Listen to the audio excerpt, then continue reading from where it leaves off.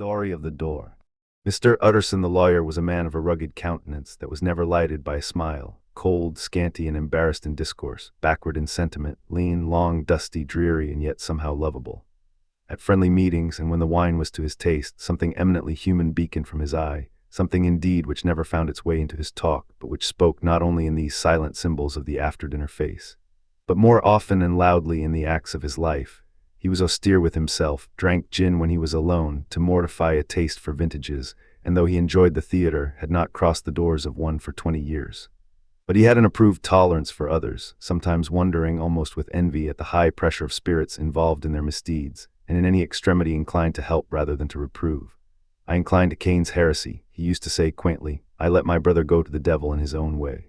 In this character, it was frequently his fortune to be the last reputable acquaintance and the last good influence in the lives of down-going men. And to such as these, so long as they came about his chambers, he never marked a shade of change in his demeanor. No doubt the feat was easy to Mr. Utterson, for he was undemonstrative at the best, and even his friendship seemed to be founded in a similar catholicity of good nature. It is the mark of a modest man to accept his friendly circle ready-made from the hands of opportunity, and that was the lawyer's way. His friends were those of his own blood or those whom he had known the longest. His affections, like ivy, were the growth of time. They implied no aptness in the object. Hence, no doubt, the bond that united him to Mr. Richard Enfield, his distant kinsman, the well-known man about town. It was a nut to crack for many, what these two could see in each other, or what subject they could find in common. It was reported by those who encountered them in their Sunday walks that they said nothing, looked singularly dull, and would hail with obvious relief the appearance of a friend. For all that, the two men put the greatest store by these excursions, counted them the chief jewel of each week, and not only set aside occasions of pleasure, but even resisted the calls of business, that they might enjoy them uninterrupted. It chanced on one of these rambles that their way led them down a by-street in a busy quarter of London. The street was small and what is called quiet, but it drove a thriving trade on the weekdays.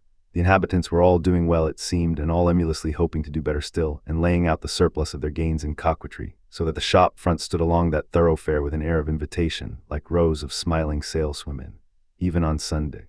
When it veiled its more florid charms and lay comparatively empty of passage, the street shone out in contrast to its dingy neighborhood, like a fire in a forest, and with its freshly painted shutters, well-polished brasses, and general cleanliness and gaiety of note, instantly caught and pleased the eye of the passenger. 2 doors from one corner on the left hand going east, the line was broken by the entry of a court, and just at that point a certain sinister block of building thrust forward its gable on the street. It was 2 stories high, showed no window, nothing but a door on the lower story and a blind forehead of discolored wall on the upper, and bore in every feature the marks of prolonged and sordid negligence. The door, which was equipped with neither bell nor knocker, was blistered and distained. Tramps slouched into the recess and struck matches on the panels. Children kept shop upon the steps. The schoolboy had tried his knife on the moldings, and for close on a generation, no one had appeared to drive away these random visitors or to repair their ravages. Mr. Enfield and the lawyer were on the other side of the by-street, but when they came abreast of the entry, the former lifted up his cane and pointed. "Did you ever remark that door?" he asked, and when his companion had replied in the affirmative, "It is connected in my mind," added he, with a very odd story. "Indeed," said Mr. Utterson with a slight change of voice, "and what was that?" "Well, it was this way," returned Mr. Enfield. "I was coming home from some place at the end of the world, about 3 o'clock of a black winter morning, and my way lay through a part of town where there was literally nothing to be seen but lamps. Street after street, and all the folks asleep street after street. All lighted up as if for a procession, and all as empty as a church, till at last I got into that state of mind when a man listens and listens, and begins to long for the sight of policemen. All at once I saw 2 figures, one a little man who was stumping along eastward at a good walk, and the other a girl of maybe 8 or 10, who was running as hard as she was able down a cross street.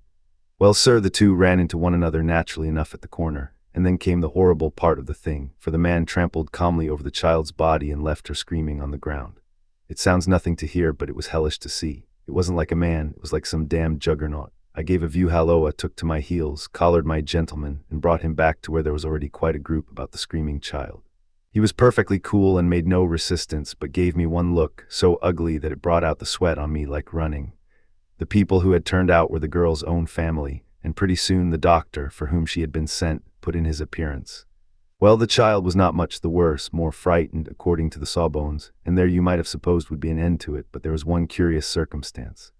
I had taken a loathing to my gentleman at first sight, so had the child's family, which was only natural, but the doctor's case was what struck me. He was the usual cut-and-dry apothecary of no particular age and color, with a strong Edinburgh accent and about as emotional as a bagpipe. Well, sir, he was like the rest of us. Every time he looked at my prisoner, I saw that Sawbones turned sick and white with the desire to kill him. I knew what was in his mind, just as he knew what was in mine, and killing being out of the question, we did the next best. We told the man we could and would make such a scandal out of this as should make his name stink from one end of London to the other. If he had any friends or any credit, we undertook that he should lose them. And all the time, as we were pitching it in red hot, we were keeping the women off him as best we could, for they were as wild as harpies. I never saw a circle of such hateful faces, and there was the man in the middle with a kind of black, sneering coolness, frightened too. I could see that, but carrying it off, sir, really like Satan. If you choose to make capital out of this accident, said he, I am naturally helpless. No gentleman but wishes to avoid a scene, says he. Name your figure. Well, we screwed him up to £100 for the child's family. He would have clearly liked to stick out, but there was something about the lot of us that meant mischief, and at last he struck. The next thing was to get the money, and where do you think he carried us but to that place with the door, whipped out a key, went in, and presently came back with a matter of £10 in gold and a cheque for the balance on Couts's. Drawn payable to bearer and signed with a name that I can't mention, though it's one of the points of my story, but it was a name at least very well known and often printed. The figure was stiff, but the signature was good for more than that, if it was only genuine. I took the liberty of pointing out to my gentleman that the whole business looked apocryphal, and that a man does not, in real life, walk into a cellar door at 4 in the morning and come out of it with another man's cheque for close upon £100. But he was quite easy and sneering. Set your mind at rest, says he. I will stay with you till the banks open and cash the cheque myself. So we all set off, the doctor and the child's father and our friend and myself, and passed the rest of the night in my chambers, and next day, when we had breakfasted, went in a body to the bank.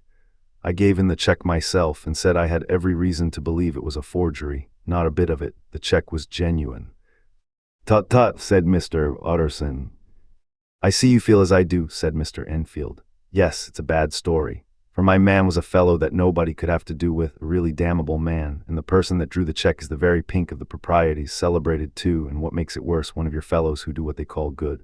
Blackmail, I suppose, an honest man paying through the nose for some of the capers of his youth. Blackmail House is what I call that place with the door in consequence. Though even that, you know, is far from explaining all, he added, and with the words fell into a vein of musing. From this he was recalled by Mr. Utterson asking rather suddenly, and you don't know if the drawer of the cheque lies there? A likely place, isn't it? Returned Mr. Enfield, but I happen to have noticed his address. He lives in some square or other. And you never asked about the place with the door, said Mr. Utterson. No, sir, I had a delicacy, was the reply. I feel very strongly about putting questions. It partakes too much of the style of the Day of Judgment. You start a question and it's like starting a stone. You sit quietly on the top of a hill, and away the stone goes, starting others, and presently some bland old bird, the last you would have thought of, is knocked on the head in his own back garden, and the family have to change their name. No, sir. I make it a rule of mine, the more it looks like Queer Street, the less I ask. A very good rule, too, said the lawyer. But I have studied the place for myself, continued Mr. Enfield. It seems scarcely a house. There's no other door, and nobody goes in or out of that one but once in a great while, the gentleman of my adventure. There are 3 windows looking on the court on the first floor, none below. The windows are always shut, but they're clean. And then there's a chimney which is generally smoking, so somebody must live there, and yet it's not so sure. For the buildings are so packed together about that court that it's hard to say where one ends and another begins. The pair walked on again for a while in silence, and then Enfield, said Mr. Utterson, that's a good rule of yours. Yes, I think it is, returned Enfield. But for all that, continued the lawyer, there's one point I want to ask. I want to ask the name of that man who walked over the child. Well, said Mr. Enfield, I can't see what harm it would do. It was a man of the name of Hyde. H.M., said Mr. Utterson, what sort of a man is he to see? He is not easy to describe. There is something wrong with his appearance, something displeasing, something downright detestable. I never saw a man I so disliked, and yet I scarce know why. He must be deformed somewhere. He gives a strong feeling of deformity, although I couldn't specify the point. He's an extraordinary-looking man, and yet I really can name nothing out of the way. No, sir, I can make no hand of it. I can't describe him, and it's not want of memory. For I declare I can see him this moment. Mr. Utterson again walked some way in silence and obviously under a weight of consideration. "You are sure he used a key?" he inquired at last. "My dear sir," began Enfield, surprised out of himself. "Yes, I know," said Utterson. "I know it must seem strange. The fact is, if I do not ask you the name of the other party, it is because I know it already. You see, Richard, your tale has gone home. If you have been inexact in any point, you had better correct it." "I think you might have warned me," returned the other with a touch of sullenness. "But I have been pedantically exact, as you call it. The fellow had a key, and what's more, he has it still. I saw him use it not a week ago." Mr. Utterson sighed deeply but said never a word, and the young man presently resumed. "Here is another lesson to say nothing," said he. "I am ashamed of my long tongue. Let us make a bargain never to refer to this again." "With all my heart," said the lawyer. "I shake hands on that, Richard. Search for Mr. Hyde." That evening Mr. Utterson came home to his bachelor house in somber spirits and sat down to dinner without relish. It was his custom of a Sunday, when this meal was over, to sit close by the fire, a volume of some dry divinity on his reading desk, until the clock of the neighboring church rang out the hour of 12, when he would go soberly and gratefully to bed. On this night, however, as soon as the cloth was taken away, he took up a candle and went into his business room. There he opened his safe, took from the most private part of it a document endorsed on the envelope as Dr. Jekyll's will, and sat down with a clouded brow to study its contents. The will was holographed for Mr. Utterson, though he took charge of it now that it was made, had refused to lend the least assistance in the making of it. It provided not only that, in case of the decease of Henry Jekyll, M.D., D.C.L., LL.D., F.R.S., etc., all his possessions were to pass into the hands of his friend and benefactor Edward Hyde, but that in case of Dr. Jekyll's disappearance or unexplained absence for any period exceeding 3 calendar months, the said Edward Hyde should step into the said Henry Jekyll's shoes without further delay and free from any burthen or obligation, beyond the payment of a few small sums to the members of the doctor's household. This document had long been the lawyer's eyesore. It offended him both as a lawyer and as a lover of the sane and customary sides of life, to whom the fanciful was the immodest.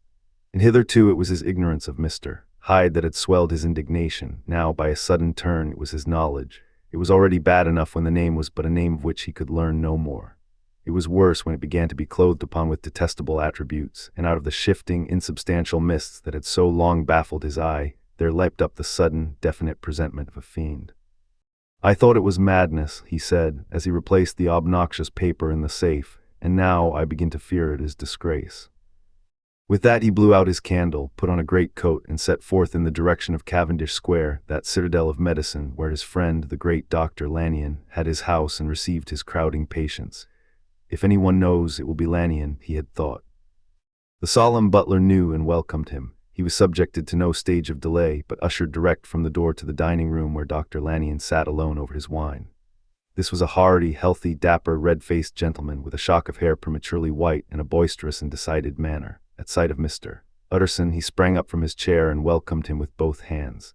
The geniality, as was the way of the man, was somewhat theatrical to the eye, but it reposed on genuine feeling. For these two were old friends, old mates both at school and college, both thorough respecters of themselves and of each other, and what does not always follow, men who thoroughly enjoyed each other's company. After a little rambling talk, the lawyer led up to the subject which so disagreeably preoccupied his mind. "I suppose, Lanyon," said he, "you and I must be the two oldest friends that Henry Jekyll has."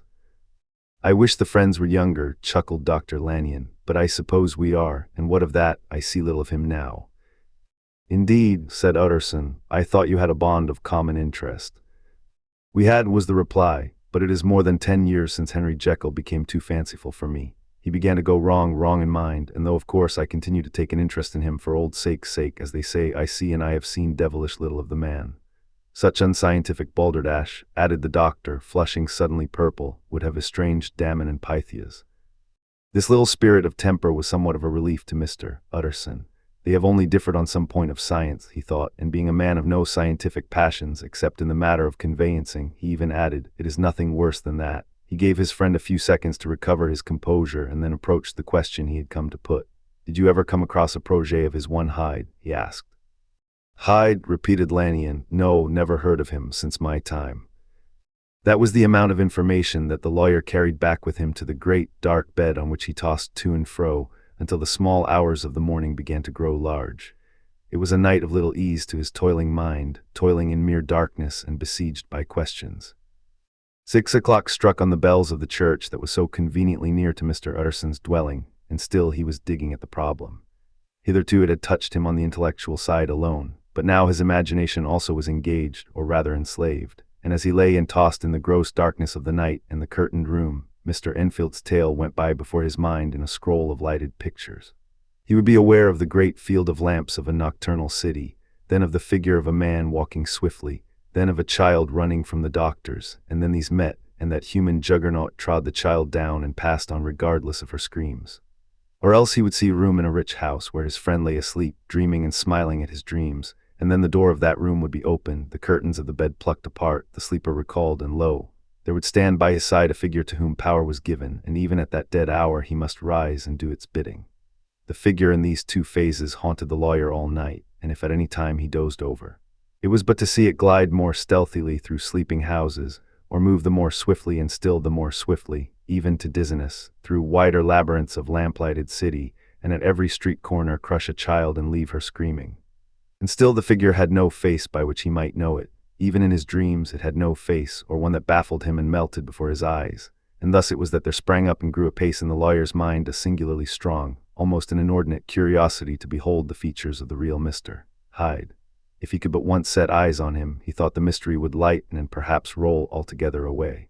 As was the habit of mysterious things when well examined, he might see a reason for his friend's strange preference or bondage, call it which you please, and even for the startling clause of the will. At least it would be a face worth seeing, the face of a man who was without bowels of mercy, a face which had but to show itself to raise up, in the mind of the unimpressionable Enfield, a spirit of enduring hatred. From that time forward Mr. Utterson began to haunt the door in the by-street of shops. In the morning before office hours, at noon when business was plenty, and time scarce, at night under the face of the fogged city moon, by all lights and at all hours of solitude or concourse, the lawyer was to be found on his chosen post. If he be Mr. Hyde, he had thought, I shall be Mr. Seek. And at last his patience was rewarded. It was a fine dry night, frost in the air, the streets as clean as a ballroom floor, the lamps unshaken by any wind, drawing a regular pattern of light and shadow. By 10 o'clock, when the shops were closed, the by-street was very solitary, and in spite of the low growl of London from all round, very silent. Small sounds carried far, domestic sounds out of the houses were clearly audible on either side of the roadway, and the rumor of the approach of any passenger preceded him by a long time. Mr. Utterson had been some minutes at his post, when he was aware of an odd, light footstep drawing near. In the course of his nightly patrols, he had long grown accustomed to the quaint effect with which the footfalls of a single person, while he is still a great way off, suddenly spring out distinct from the vast hum and clatter of the city. Yet his attention had never before been so sharply and decisively arrested, and it was with a strong, superstitious prevision of success that he withdrew into the entry of the court. The steps drew swiftly nearer and swelled out suddenly louder as they turned the end of the street. The lawyer, looking forth from the entry, could soon see what manner of man he had to deal with. He was small and very plainly dressed, and the look of him even at that distance went somehow strongly against the watcher's inclination. But he made straight for the door, crossing the roadway to save time, and as he came he drew a key from his pocket like one approaching home. Mr. Utterson stepped out and touched him on the shoulder as he passed. Mr. Hyde, I think. Mr. Hyde shrank back with a hissing intake of the breath, but his fear was only momentary, and though he did not look the lawyer in the face, he answered coolly enough, That is my name. What do you want? I see you are going in, returned the lawyer. I am an old friend of Dr. Jekyll's, Mr. Utterson of Gaunt Street. You must have heard my name, and meeting you so conveniently, I thought you might admit me. You will not find Dr. Jekyll, he is from home, replied Mr. Hyde, blowing in the key. And then suddenly, but still without looking up, How did you know me? He asked. On your side, said Mr. Utterson, will you do me a favor? With pleasure, replied the other. What shall it be? Will you let me see your face? Asked the lawyer. Mr. Hyde appeared to hesitate, and then, as if upon some sudden reflection, fronted about with an air of defiance, and the pair stared at each other pretty fixedly for a few seconds. Now I shall know you again, said Mr. Utterson. It may be useful. Yes, returned Mr. Hyde, it is as well we have met, and apropos you should have my address. And he gave a number of a street in Soho. Good God, thought Mr. Utterson, can he too have been thinking of the will? But he kept his feelings to himself and only grunted in acknowledgment of the address. "And now," said the other, "how did you know me?" "By description," was the reply. "Whose description?" "We have common friends," said Mr. Utterson. "Common friends," echoed Mr. Hyde a little hoarsely. "Who are they?" "Jekyll, for instance," said the lawyer. "He never told you," cried Mr. Hyde with a flush of anger. "I did not think you would have lied." "Come," said Mr. Utterson, "that is not fitting language." The other snarled aloud into a savage laugh, and the next moment, with extraordinary quickness, he had unlocked the door and disappeared into the house. The lawyer stood a while when Mr. Hyde had left him, the picture of disquietude. Then he began slowly to mount the street, pausing every step or two and putting his hand to his brow like a man in mental perplexity. The problem he was thus debating as he walked was one of a class that is rarely solved. Mr. Hyde was pale and dwarfish. He gave an impression of deformity without any nameable malformation. He had a displeasing smile. He had borne himself to the lawyer with a sort of murderous mixture of timidity and boldness, and he spoke with a husky, whispering and somewhat broken voice. All these were points against him, but not all of these together could explain the hitherto unknown disgust, loathing, and fear with which Mr. Utterson regarded him. "There must be something else," said the perplexed gentleman. "There is something more, if I could find a name for it. God bless me, the man seems hardly human. Something troglodytic, shall we say, or can it be the old story of Dr. Fell? Or is it the mere radiance of a foul soul that thus transpires through and transfigures its clay continent? The last, I think. For oh my poor old Harry Jekyll, if ever I read Satan's signature upon a face, it is on that of your new friend." Round the corner from the by-street there was a square of ancient, handsome houses, now for the most part decayed from their high estate and let in flats and chambers to all sorts and conditions of men, map engravers, architects, shady lawyers, and the agents of obscure enterprises. One house, however, second from the corner, was still occupied entire, and at the door of this, which wore a great air of wealth and comfort, though it was now plunged in darkness except for the fanlight, Mr. Utterson stopped and knocked. A well-dressed, elderly servant opened the door. "Is Dr. Jekyll at home, Poole?" asked the lawyer. "I will see Mr. Utterson," said Poole, admitting the visitor as he spoke into a large, low-roofed, comfortable hall, paved with flags, warmed after the fashion of a country house by a bright, open fire and furnished with costly cabinets of oak. "Will you wait here by the fire, sir, or shall I give you a light in the dining-room?" "Here, thank you," said the lawyer, and he drew near and leaned on the tall fender.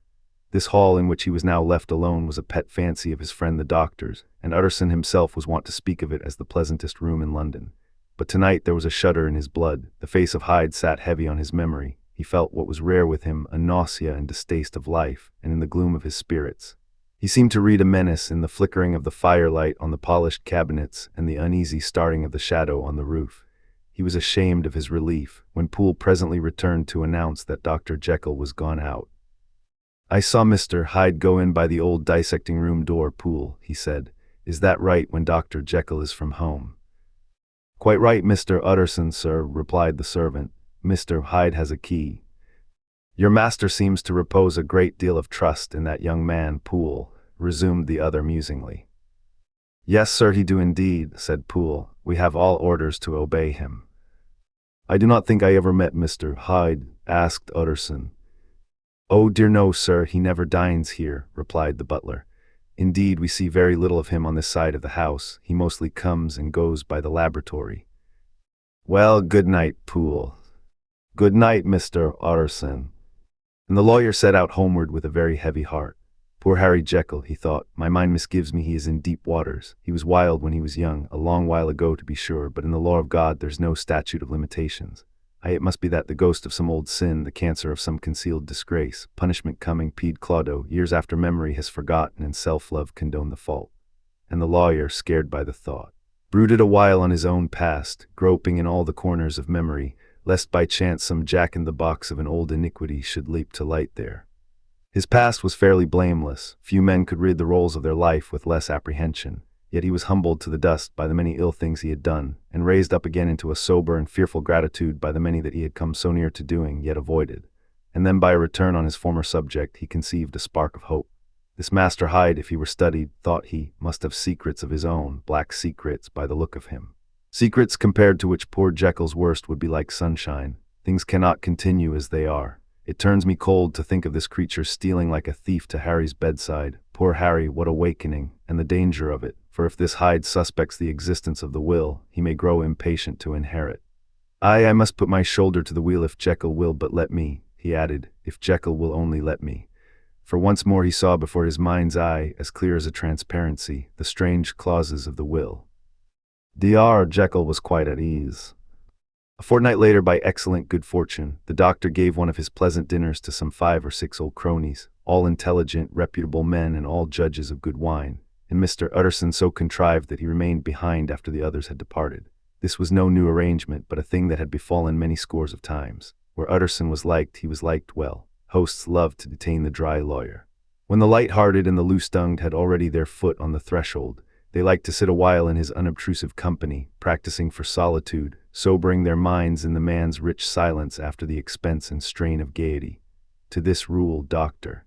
Jekyll was no exception, and as he now sat on the opposite side of the fire, a large, well-made, smooth-faced man of 50, with something of a slyish cast perhaps, but every mark of capacity and kindness you could see by his looks that he cherished for Mr. Utterson a sincere and warm affection. "I have been wanting to speak to you, Jekyll," began the latter. "You know that will of yours." A close observer might have gathered that the topic was distasteful, but the doctor carried it off gaily. "My poor Utterson," said he, "you are unfortunate in such a client. I never saw a man so distressed as you were by my will, unless it were that hidebound pedant Lanyon at what he called my scientific heresies. Oh, I know he's a good fellow, you needn't frown, an excellent fellow, and I always mean to see more of him, but a hidebound pedant for all that, and ignorant. Blatant pedant. I was never more disappointed in any man than Lanyon." "You know I never approved of it," pursued Utterson, ruthlessly disregarding the fresh topic.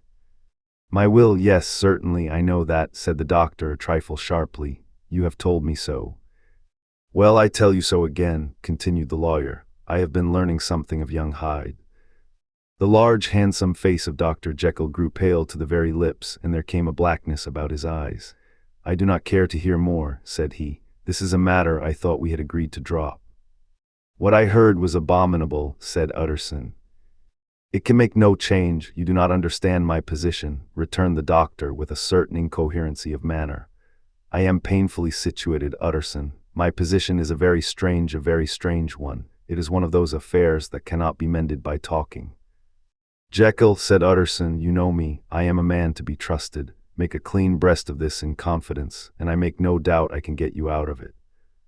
"My good Utterson," said the doctor, "this is very good of you. This is downright good of you, and I cannot find words to thank you in.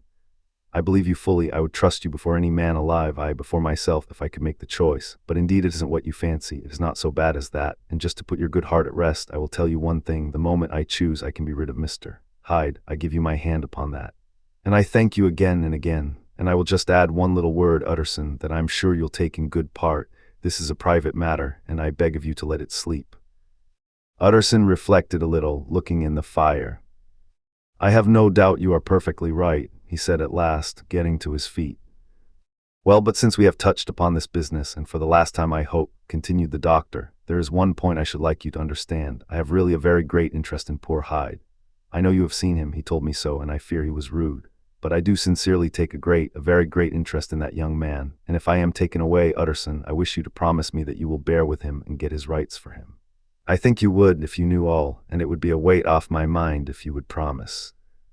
"I can't pretend that I shall ever like him," said the lawyer. "I don't ask that," pleaded Jekyll, laying his hand upon the other's arm. "I only ask for justice. I only ask you to help him for my sake when I am no longer here." Utterson heaved an irrepressible sigh. "Well," said he, "I promise." The Carroll murder case. Nearly a year later, in the month of October, 18, London was startled by a crime of singular ferocity, and rendered all the more notable by the high position of the victim. The details were few and startling. A maid-servant living alone in a house not far from the river had gone upstairs to bed about 11. Although a fog rolled over the city in the small hours, the early part of the night was cloudless, and the lane, which the maid's window overlooked, was brilliantly lit by the full moon. It seems she was romantically given, for she sat down upon her box, which stood immediately under the window, and fell into a dream of musing. Never, she used to say, with streaming tears when she narrated that experience, never had she felt more at peace with all men or thought more kindly of the world. And as she so sat, she became aware of an aged and beautiful gentleman with white hair drawing near along the lane, and advancing to meet him, another and very small gentleman to whom at first she paid less attention. When they had come within speech, which was just under the maid's eyes, the older man bowed and accosted the other with a very pretty manner of politeness. It did not seem as if the subject of his address were of great importance, indeed, from his pointing. It sometimes appeared as if he were only inquiring his way, but the moon shone on his face as he spoke, and the girl was pleased to watch it. It seemed to breathe such an innocent and old-world kindness of disposition, yet with something high too, as of a well-founded self-content. Presently her eye wandered to the other, and she was surprised to recognize in him a certain Mr. Hyde, who had once visited her master and for whom she had conceived a dislike. He had in his hand a heavy cane with which he was trifling, but he answered never a word and seemed to listen with an ill-contained impatience. And then all of a sudden he broke out in a great flame of anger, stamping with his foot, brandishing the cane, and carrying on, as the maid described it, like a madman. The old gentleman took a step back, with the air of one very much surprised and a trifle hurt, and at that Mr. Hyde broke out of all bounds and clubbed him to the earth. And next moment, with ape-like fury, he was trampling his victim underfoot and hailing down a storm of blows, under which the bones were audibly shattered and the body jumped upon the roadway. At the horror of these sights and sounds, the maid fainted. It was 2 o'clock when she came to herself and called for the police. The murderer was gone long ago, but there lay his victim in the middle of the lane, incredibly mangled. The stick with which the deed had been done, although it was of some rare and very tough and heavy wood, had broken in the middle under the stress of this insensate cruelty, and one splintered half had rolled in the neighboring gutter, the other, without doubt, had been carried away by the murderer. A purse and a gold watch were found upon the victim, but no cards or papers, except a sealed and stamped envelope which he had been probably carrying to the post, and which bore the name and address of Mr. Utterson. This was brought to the lawyer the next morning before he was out of bed, and he had no sooner seen it and been told the circumstances than he shot out a solemn lip. "I shall say nothing till I have seen the body," said he. "This may be very serious. Have the kindness to wait while I dress." And with the same grave countenance he hurried through his breakfast and drove to the police station, whither the body had been carried. As soon as he came into the cell, he nodded. "Yes," said he, "I recognize him. I am sorry to say that this is Sir Danvers Carew." "Good God, sir," exclaimed the officer, "is it possible?" And the next moment his eye lighted up with professional ambition. "This will make a deal of noise," he said, "and perhaps you can help us to the man." And he briefly narrated what the maid had seen and showed the broken stick. Mr. Utterson had already quailed at the name of Hyde, but when the stick was laid before him, he could doubt no longer. Broken and battered as it was, he recognized it for one that he had himself presented many years before to Henry Jekyll. "Is this Mr. Hyde a person of small stature?" he inquired. "Particularly small and particularly wicked-looking is what the maid calls him," said the officer. Mr. Utterson reflected, and then raising his head, "If you will come with me in my cab," he said, "I think I can take you to his house." It was by this time about 9 in the morning, and the first fog of the season. A great chocolate-colored pall lowered over heaven, but the wind was continually charging and routing these embattled vapors, so that as the cab crawled from street to street, Mr. Utterson beheld a marvelous number of degrees and hues of twilight, for here it would be dark like the back end of evening, and there would be a glow of a rich, lurid brown, like the light of some strange conflagration. And here, for a moment, the fog would be quite broken up, and a haggard shaft of daylight would glance in between the swirling wreaths. The dismal quarter of Soho, seen under these changing glimpses, with its muddy ways and slatternly passengers, and its lamps which had never been extinguished or had been kindled afresh to combat this mournful reinvasion of darkness, seemed in the lawyer's eyes like a district of some city in a nightmare. The thoughts of his mind, besides, were of the gloomiest dye, and when he glanced at the companion of his drive, he was conscious of some touch of that terror of the law and the law's officers, which may at times assail the most honest. As the cab drew up before the address indicated, the fog lifted a little and showed him a dingy street, a gin palace, a low French eating house, a shop for the retail of penny numbers and twopenny salads, many ragged children huddled in the doorways, and many women of different nationalities passing out, key in hand, to have a morning glass. And the next moment the fog settled down again upon that part, as brown as umber, and cut him off from his blackguardly surroundings. This was the home of Henry Jekyll's favorite, of a man who was heir to 250,000 sterling. An ivory-faced and silvery-haired old woman opened the door. She had an evil face, smoothed by hypocrisy, but her manners were excellent. Yes, she said, this was Mr. Hyde's, but he was not at home. He had been in that night very late, but had gone away again in less than an hour. There was nothing strange in that. His habits were very irregular, and he was often absent. For instance, it was nearly 2 months since she had seen him till yesterday. "Very well, then, we wish to see his rooms," said the lawyer, and when the woman began to declare it was impossible, "I had better tell you who this person is," he added. This is Inspector Newcomen of Scotland Yard." A flash of odious joy appeared upon the woman's face. "Ah," said she, "he is in trouble. What has he done?" Mr. Utterson and the inspector exchanged glances. "He don't seem a very popular character," observed the latter. "And now, my good woman, just let me and this gentleman have a look about us." In the whole extent of the house, which but for the old woman remained otherwise empty, Mr. Hyde had only used a couple of rooms, but these were furnished with luxury and good taste. A closet was filled with wine, the plate was of silver, the napery elegant, a good picture hung upon the walls, a gift, as Utterson supposed, from Henry Jekyll, who was much of a connoisseur, and the carpets were of many plies and agreeable in color. At this moment, however, the rooms bore every mark of having been recently and hurriedly ransacked. Clothes lay about the floor, with their pockets inside out, lock-fast drawers stood open, and on the hearth there lay a pile of grey ashes, as though many papers had been burned. From these embers the inspector disinterred the butt end of a green check-book which had resisted the action of the fire. The other half of the stick was found behind the door, and as this clinched his suspicions, the officer declared himself delighted. A visit to the bank, where several £1,000s were found to be lying to the murderer's credit, completed his gratification. "You may depend upon it, sir," he told Mr. Utterson. "I have him in my hand. He must have lost his head, or he never would have left the stick, or, above all, burned the check-book. Why, money's life to the man. We have nothing to do but wait for him at the bank and get out the handbills." This last, however, was not so easy of accomplishment, for Mr. Hyde had numbered few familiars. Even the master of the servant maid had only seen him twice. His family could nowhere be traced, he had never been photographed, and the few who could describe him differed widely, as common observers will. Only on one point were they agreed, and that was the haunting sense of unexpressed deformity with which the fugitive impressed his beholders. Incident of the letter.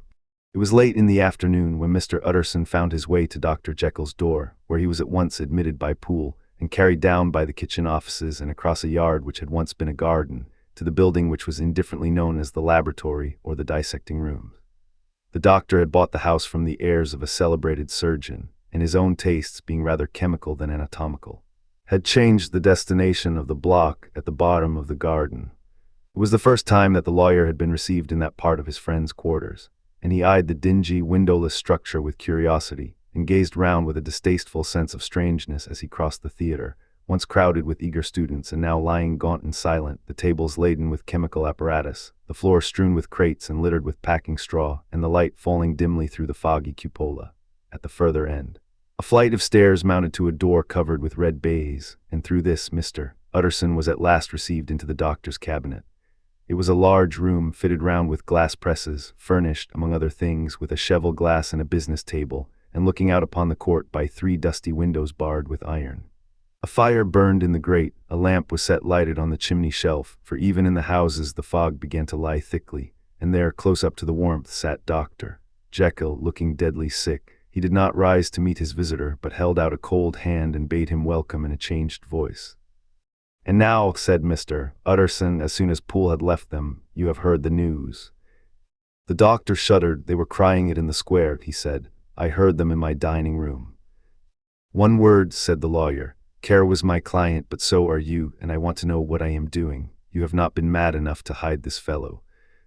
"Utterson, I swear to God," cried the doctor, "I swear to God I will never set eyes on him again. I bind my honor to you that I am done with him in this world. It is all at an end. And indeed he does not want my help. You do not know him as I do. He is safe. He is quite safe. Mark my words, he will never more be heard of." The lawyer listened gloomily. He did not like his friend's feverish manner. "You seem pretty sure of him," said he, "and for your sake I hope you may be right. If it came to a trial, your name might appear." "I am quite sure of him," replied Jekyll. "I have grounds for certainty that I cannot share with anyone, but there is one thing on which you may advise me. I have received a letter, and I am at a loss whether I should show it to the police. I should like to leave it in your hands, Utterson. You would judge wisely, I am sure. I have so great a trust in you." "You fear, I suppose, that it might lead to his detection?" asked the lawyer. "No," said the other. "I cannot say that I care what becomes of Hyde. I am quite done with him. I was thinking of my own character, which this hateful business has rather exposed." Utterson ruminated a while. He was surprised at his friend's selfishness, and yet relieved by it. "Well," said he at last, "let me see the letter." The letter was written in an odd, upright hand and signed Edward Hyde, and it signified, briefly enough, that the writer's benefactor, Dr. Jekyll, whom he had long so unworthily repaid for 1,000 generosities, need labor under no alarm for his safety, as he had means of escape on which he placed assured dependence. The lawyer liked this letter well enough. It put a better color on the intimacy than he had looked for, and he blamed himself for some of his past suspicions. "Have you the envelope?" he asked. "I burned it," replied Jekyll, "before I thought what I was about, but it bore no postmark. The note was handed in." "Shall I keep this and sleep upon it?" asked Utterson. "I wish you to judge for me entirely," was the reply. "I have lost confidence in myself." "Well, I shall consider," returned the lawyer. "And now one word more. It was Hyde who dictated the terms in your will about that disappearance." The doctor seemed seized with a qualm of faintness. He shut his mouth tight and nodded. "I knew it," said Utterson. "He meant to murder you. You have had a fine escape." "I have had what is far more to the purpose," returned the doctor solemnly. "I have had a lesson, O God, Utterson, what a lesson I have had." And he covered his face for a moment with his hands. On his way out, the lawyer stopped and had a word or two with Poole. "By the by," said he, "there was a letter handed in today. What was the messenger like?" But Poole was positive nothing had come except by post, and only circulars by that, he added. This news sent off the visitor with his fears renewed. Plainly the letter had come by the laboratory door. Possibly indeed it had been written in the cabinet, and if that were so, it must be differently judged and handled with the more caution. The newsboys, as he went, were crying themselves hoarse along the footways. Special edition. Shocking murder of an MP. That was the funeral oration of one friend and client. And he could not help a certain apprehension lest the good name of another should be sucked down in the eddy of the scandal. It was, at least, a ticklish decision that he had to make, and self-reliant as he was by habit, he began to cherish a longing for advice. It was not to be had directly, but perhaps, he thought, it might be fished for. Presently after, he sat on one side of his own hearth, with Mr. Guest, his head clerk, upon the other, and midway between, at a nicely calculated distance from the fire, a bottle of a particular old wine that had long dwelt unsunned in the foundations of his house. The fog still slept on the wing above the drowned city, where the lamps glimmered like carbuncles, and through the muffle and smother of these falling clouds. The procession of the town's life was still rolling in through the great arteries with a sound as of a mighty wind. But the room was gay with firelight. In the bottle the acids were long ago resolved. The imperial dye had softened with time, as the color grows richer in stained windows, and the glow of hot autumn afternoons on hillside vineyards was ready to be set free and to disperse the fogs of London. Insensibly the lawyer melted. There was no man from whom he kept fewer secrets than Mr. Guest, and he was not always sure that he kept as many as he meant. Guest had often been on business to the doctors. He knew Poole. He could scarce have failed to hear of Mr. Hyde's familiarity about the house. He might draw conclusions. Was it not as well, then, that he should see a letter which put that mystery to rights, and above all, since Guest, being a great student and critic of handwriting, would consider the step natural and obliging. The clerk, besides, was a man of counsel. He would scarce read so strange a document without dropping a remark, and by that remark Mr. Utterson might shape his future course. "This is a sad business about Sir Danvers," he said. "Yes, sir, indeed. It has elicited a great deal of public feeling," returned Guest. "The man, of course, was mad." "I should like to hear your views on that," replied Utterson. "I have a document here in his handwriting. It is between ourselves, for I scarce know what to do about it. It is an ugly business at the best, but there it is, quite in your way, a murderer's autograph." Guest's eyes brightened, and he sat down at once and studied it with passion. "No, sir," he said, "not mad, but it is an odd hand." "And by all accounts a very odd writer," added the lawyer. Just then the servant entered with a note. "Is that from Dr. Jekyll, sir?" inquired the clerk. "I thought I knew the writing. Anything private, Mr. Utterson?" "Only an invitation to dinner. Why, do you want to see it?" "One moment, I thank you, sir," and the clerk laid the 2 sheets of paper alongside and sedulously compared their contents. "Thank you, sir," he said at last, returning both. "It's a very interesting autograph." There was a pause, during which Mr. Utterson struggled with himself. "Why did you compare them, Guest?" he inquired suddenly. "Well, sir," returned the clerk, "there's a rather singular resemblance. The 2 hands are in many points identical, only differently sloped." "Rather quaint," said Utterson. "It is, as you say, rather quaint," returned Guest. "I wouldn't speak of this note, you know," said the master. "No, sir," said the clerk, "I understand." But no sooner was Mr. Utterson alone that night than he locked the note into his safe, where it reposed from that time forward. What, he thought, Henry Jekyll forged for a murderer, and his blood ran cold in his veins. Remarkable incident of Dr. Lanyon. Time ran on, thousands of pounds were offered in reward, for the death of Sir Danvers was resented as a public injury. But Mr. Hyde had disappeared out of the ken of the police as though he had never existed. Much of his past was unearthed indeed, and all disreputable. Tales came out of the man's cruelty, at once so callous and violent, of his vile life, of his strange associates, of the hatred that seemed to have surrounded his career, but of his present whereabouts. Not a whisper. From the time he had left the house in Soho on the morning of the murder, he was simply blotted out, and gradually, as time drew on, Mr. Utterson began to recover from the hotness of his alarm, and to grow more at quiet with himself. The death of Sir Danvers was, to his way of thinking, more than paid for by the disappearance of Mr. Hyde. Now that evil influence had been withdrawn, a new life began for Dr. Jekyll. He came out of his seclusion, renewed relations with his friends, became once more their familiar guest and entertainer, and whilst he had always been known for charities, he was now no less distinguished for religion. He was busy, he was much in the open air, he did good. His face seemed to open and brighten, as if with an inward consciousness of service, and for more than 2 months. The doctor was at peace. On the 8th of January, Utterson had dined at the doctor's with a small party. Lanyon had been there, and the face of the host had looked from one to the other as in the old days when the trio were inseparable friends. On the 12th, and again on the 14th, the door was shut against the lawyer. The doctor was confined to the house, Poole said, and saw no one. On the 15th, he tried again, and was again refused.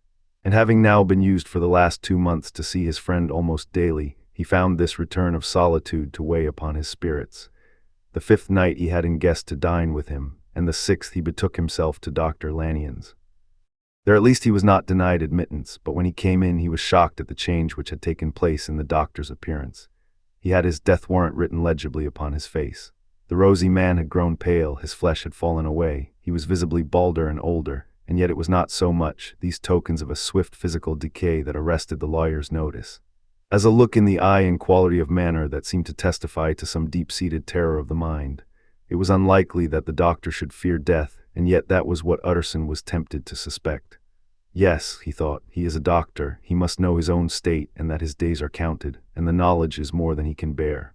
And yet when Utterson remarked on his ill looks, it was with an air of greatness that Lanyon declared himself a doomed man. "I have had a shock," he said, "and I shall never recover. It is a question of weeks. Well, life has been pleasant. I liked it. Yes, sir, I used to like it. I sometimes think if we knew all, we should be more glad to get away." "Jekyll is ill, too," observed Utterson. "Have you seen him?" But Lanyon's face changed, and he held up a trembling hand. "I wish to see or hear no more of Dr. Jekyll," he said in a loud, unsteady voice. "I am quite done with that person, and I beg that you will spare me any allusion to one whom I regard as dead." "Tut, tut," said Mr. Utterson, and then after a considerable pause, "Can't I do anything?" he inquired. "We are 3 very old friends, Lanyon. We shall not live to make others." "Nothing can be done," returned Lanyon. "Ask himself." "He will not see me," said the lawyer. "I am not surprised at that," was the reply. "Some day, Utterson, after I am dead, you may perhaps come to learn the right and wrong of this. I cannot tell you. And in the meantime, if you can sit and talk with me of other things, for God's sake stay and do so. But if you cannot keep clear of this accursed topic, then in God's name go, for I cannot bear it." As soon as he got home, Utterson sat down and wrote to Jekyll, complaining of his exclusion from the house and asking the cause of this unhappy break with Lanyon, and the next day brought him a long answer, often very pathetically worded and sometimes darkly mysterious in drift. The quarrel with Lanyon was incurable. "I do not blame our old friend," Jekyll wrote, "but I share his view that we must never meet. I mean from henceforth to lead a life of extreme seclusion. You must not be surprised, nor must you doubt my friendship, if my door is often shut even to you. You must suffer me to go my own dark way. I have brought on myself a punishment and a danger that I cannot name. If I am the chief of sinners, I am the chief of sufferers also. I could not think that this earth contained a place for sufferings and terrors so unmanning, and you can do but one thing, Utterson, to lighten this destiny, and that is to respect my silence." Utterson was amazed. The dark influence of Hyde had been withdrawn. The doctor had returned to his old tasks and amities. A week ago, the prospect had smiled with every promise of a cheerful and an honored age, and now in a moment, friendship and peace of mind. And the whole tenor of his life were wrecked. So great and unprepared a change pointed to madness, but in view of Lanyon's manner and words, there must lie for it some deeper ground. A week afterwards, Dr. Lanyon took to his bed, and in something less than a fortnight he was dead. The night after the funeral at which he had been sadly affected, Utterson locked the door of his business room, and sitting there by the light of a melancholy candle, drew out and set before him an envelope addressed by the hand and sealed with the seal of his dead friend. Private, for the hands of G. J. Utterson alone, and in case of his predecease to be destroyed unread. So it was emphatically superscribed, and the lawyer dreaded to behold the contents. I have buried one friend today, he thought. What if this should cost me another? And then he condemned the fear as a disloyalty and broke the seal. Within there was another enclosure, likewise sealed, and marked upon the cover as not to be opened till the death or disappearance of Dr. Henry Jekyll. Utterson could not trust his eyes. Yes, it was disappearance, here again, as in the mad will which he had long ago restored to its author. Here again were the idea of a disappearance and the name of Henry Jekyll bracketed. But in the will, that idea had sprung from the sinister suggestion of the man Hyde. It was set there with a purpose all too plain and horrible. Written by the hand of Lanyon, what should it mean? A great curiosity came on the trustee, to disregard the prohibition and dive at once to the bottom of these mysteries. But professional honor and faith to his dead friend were stringent obligations, and the packet slept in the inmost corner of his private safe. It is one thing to mortify curiosity, another to conquer it, and it may be doubted if from that day forth Utterson desired the society of his surviving friend with the same eagerness.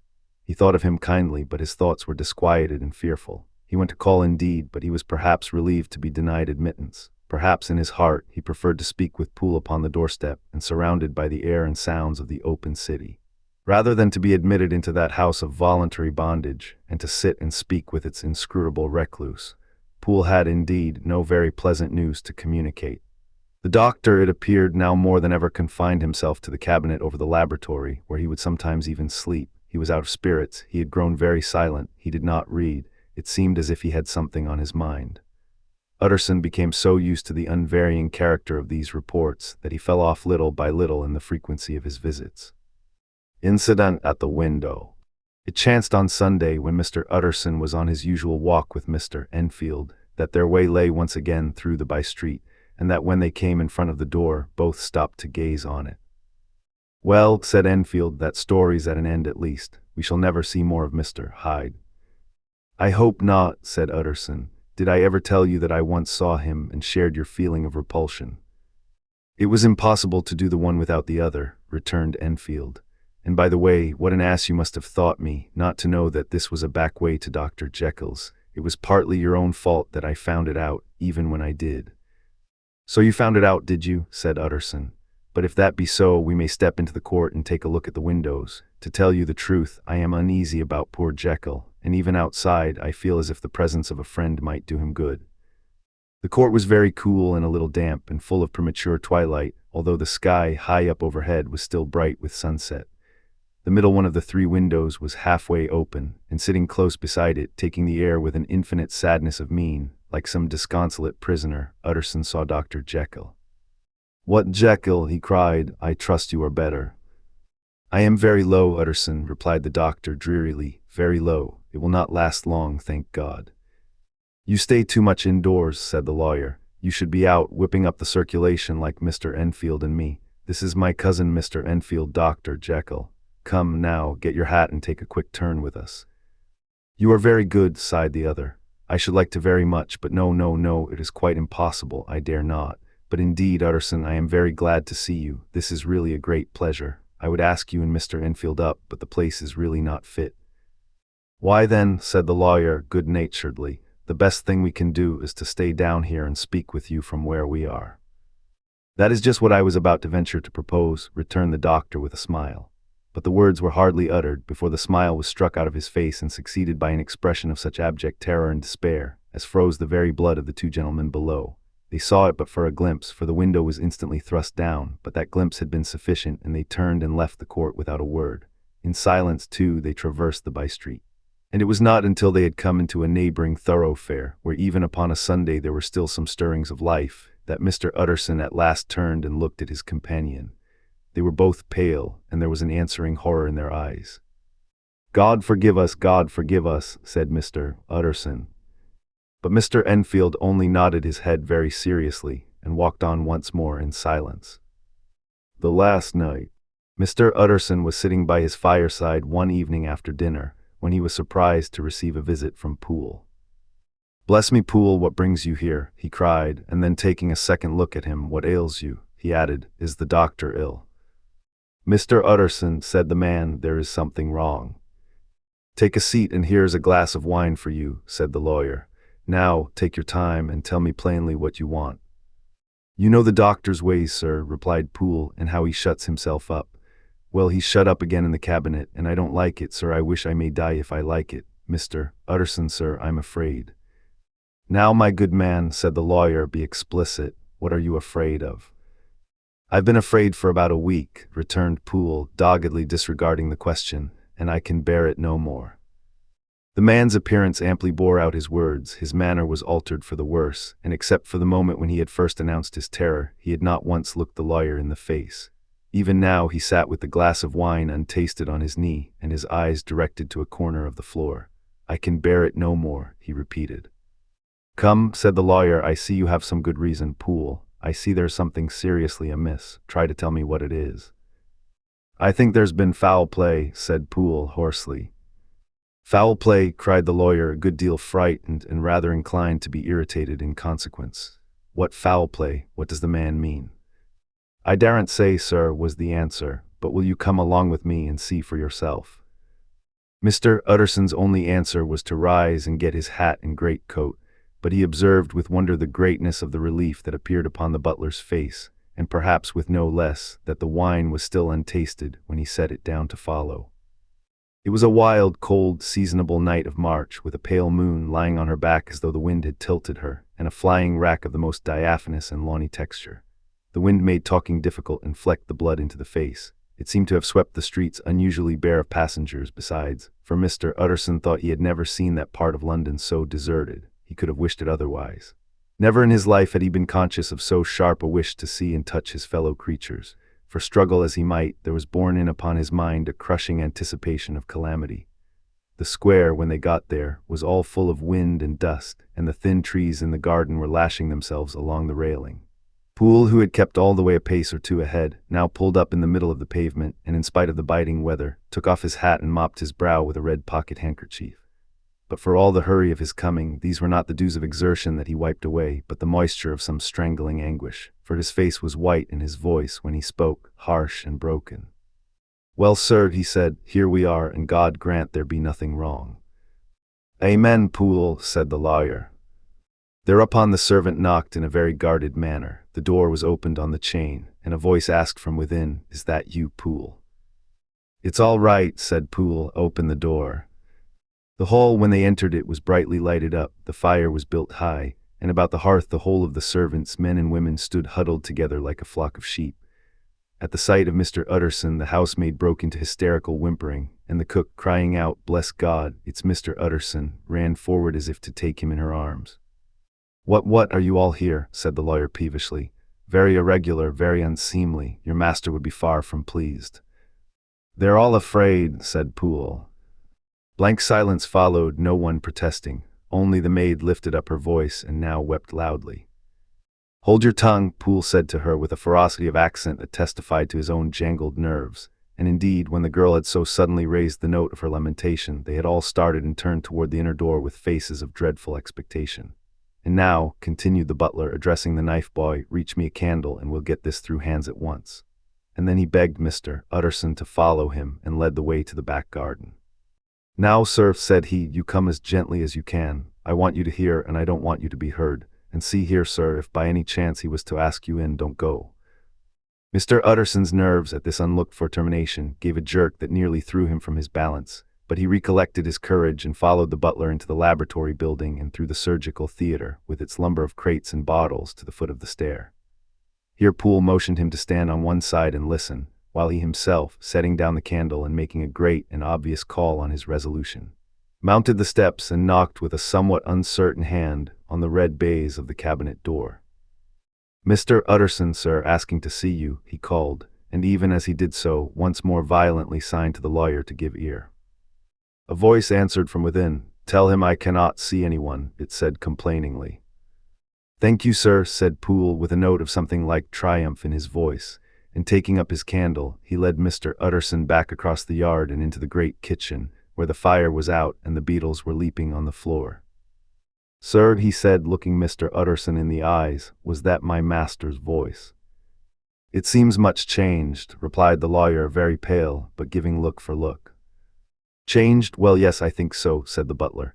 Have I been 20 years in this man's house to be deceived about his voice? No, sir. Master's made away with. He was made away with 8 days ago when we heard him cry out upon the name of God. And who's in there instead of him, and why it stays there is a thing that cries to heaven, Mr. Utterson. This is a very strange tale, Poole. This is rather a wild tale, my man, said Mr. Utterson, biting his finger. Suppose it were as you suppose, supposing Dr. Jekyll to have been murdered, what could induce the murderer to stay? That won't hold water, it doesn't commend itself to reason. Well, Mr. Utterson, you are a hard man to satisfy, but I'll do it yet, said Poole. All this last week you must know him or it, or whatever it is that lives in that cabinet, has been crying night and day for some sort of medicine and cannot get it to his mind. It was sometimes his way, the master's, that is to write his orders on a sheet of paper and throw it on the stair. We've had nothing else this week back, nothing but papers and a closed door.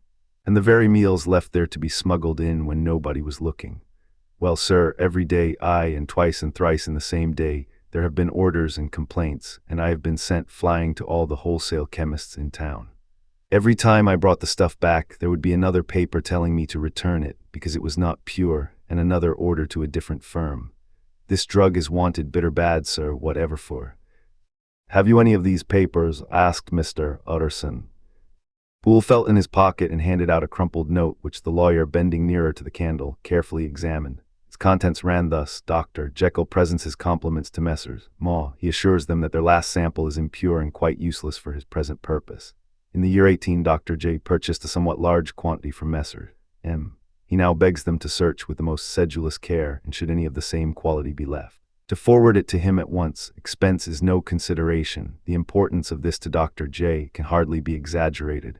So far the letter had run composedly enough, but here, with a sudden splutter of the pen, the writer's emotion had broken loose. For God's sake, he had added, find me some of the old.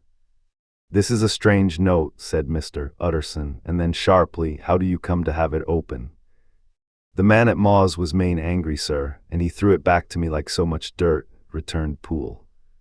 This is unquestionably the doctor's hand, do you know, resumed the lawyer. I thought it looked like it, said the servant rather sulkily, and then with another voice, but what matters hand of right, he said, I've seen him. Seen him, repeated Mr. Utterson. Well, that's it, said Poole. It was this way. I came suddenly into the theater from the garden. It seems he had slipped out to look for this drug, or whatever it is, for the cabinet door was open, and there he was at the far end of the room digging among the crates. He looked up when I came in, gave a kind of cry, and whipped upstairs into the cabinet. It was but for 1 minute that I saw him, but the hair stood upon my head like quills. Sir, if that was my master. Why had he a mask upon his face? If it was my master, why did he cry out like a rat and run from me? I have served him long enough. And then the man paused and passed his hand over his face. These are all very strange circumstances, said Mr. Utterson, but I think I begin to see daylight. Your master, Poole, is plainly seized with one of those maladies that both torture and deform the sufferer. Hence, for aught I know, the alteration of his voice, hence the mask and the avoidance of his friends, hence his eagerness to find this drug, by means of which the poor soul retains some hope of ultimate recovery. God grant that he be not deceived. There is my explanation. It is sad enough, Poole, aye, and appalling to consider, but it is plain and natural, hangs well together, and delivers us from all exorbitant alarms. Sir, said the butler, turning to a sort of mottled pallor, that thing was not my master, and there's the truth. My master, here he looked round him and began to whisper, is a tall, fine build of a man, and this was more of a dwarf. Utterson attempted to protest. Oh, sir, cried Poole, do you think I do not know my master after 20 years? Do you think I do not know where his head comes to in the cabinet door, where I saw him every morning of my life? No, sir. That thing in the mask was never Dr. Jekyll. God knows what it was, but it was never Dr. Jekyll, and it is the belief of my heart that there was murder done. Poole, replied the lawyer, if you say that, it will become my duty to make certain. Much as I desire to spare your master's feelings, much as I am puzzled by this note which seems to prove him to be still alive, I shall consider it my duty to break in that door. Ah, Mr. Utterson, that's talking, cried the butler. And now comes the second question, resumed Utterson, who is going to do it? Why, you and me, was the undaunted reply. That's very well said, returned the lawyer, and whatever comes of it, I shall make it my business to see you are no loser. There is an axe in the theater, continued Poole, and you might take the kitchen poker for yourself. The lawyer took that rude but weighty instrument into his hand and balanced it. Do you know, Poole, he said, looking up, that you and I are about to place ourselves in a position of some peril." "You may say so, sir, indeed," returned the butler. "It is well, then, that we should be frank," said the other. "We both think more than we have said. Let us make a clean breast. This masked figure that you saw, did you recognize it?" "Well, sir, it went so quick and the creature was so doubled up that I could hardly swear to that," was the answer. "But if you mean, was it Mr. Hyde? Why, yes, I think it was. You see, it was much of the same bigness, and it had the same quick, light way with it. And then who else could have got in by the laboratory door? You have not forgot, so that at the time of the murder he had still the key with him. But that's not all. I don't know Mr. Utterson." "If ever you met this Mr. Hyde—" "Yes," said the lawyer, "I once spoke with him." "Then you must know as well as the rest of us that there was something queer about that gentleman, something that gave a man a turn. I don't know rightly how to say it, sir, beyond this, that you felt it in your marrow, kind of cold and thin." "I own I felt something of what you describe," said Mr. Utterson. "Quite so, sir," returned Poole. "Well, when that masked thing like a monkey jumped from among the chemicals and whipped into the cabinet, it went down my spine like ice. Oh, I know it's not evidence, Mr. Utterson. I'm book-learned enough for that, but a man has his feelings, and I give you my Bible word it was Mr. Hyde." Aye, said the lawyer, "my fears incline to the same point. Evil, I fear, founded evil was sure to come of that connection. I believe you. I believe poor Harry is killed, and I believe his murderer, for what purpose God alone can tell, is still lurking in his victim's room. Well, let our name be Vengeance. Call Bradshaw." The footman came at the summons, very white and nervous. "Pull yourself together, Bradshaw," said the lawyer. "This suspense, I know, is telling upon all of you, but it is now our intention to make an end of it. Poole here and I are going to force our way into the cabinet. If all is well, my shoulders are broad enough to bear the blame.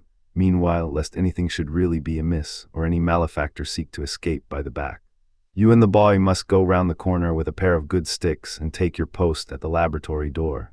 We give you 10 minutes to get to your stations." Bradshaw left. The lawyer looked at his watch.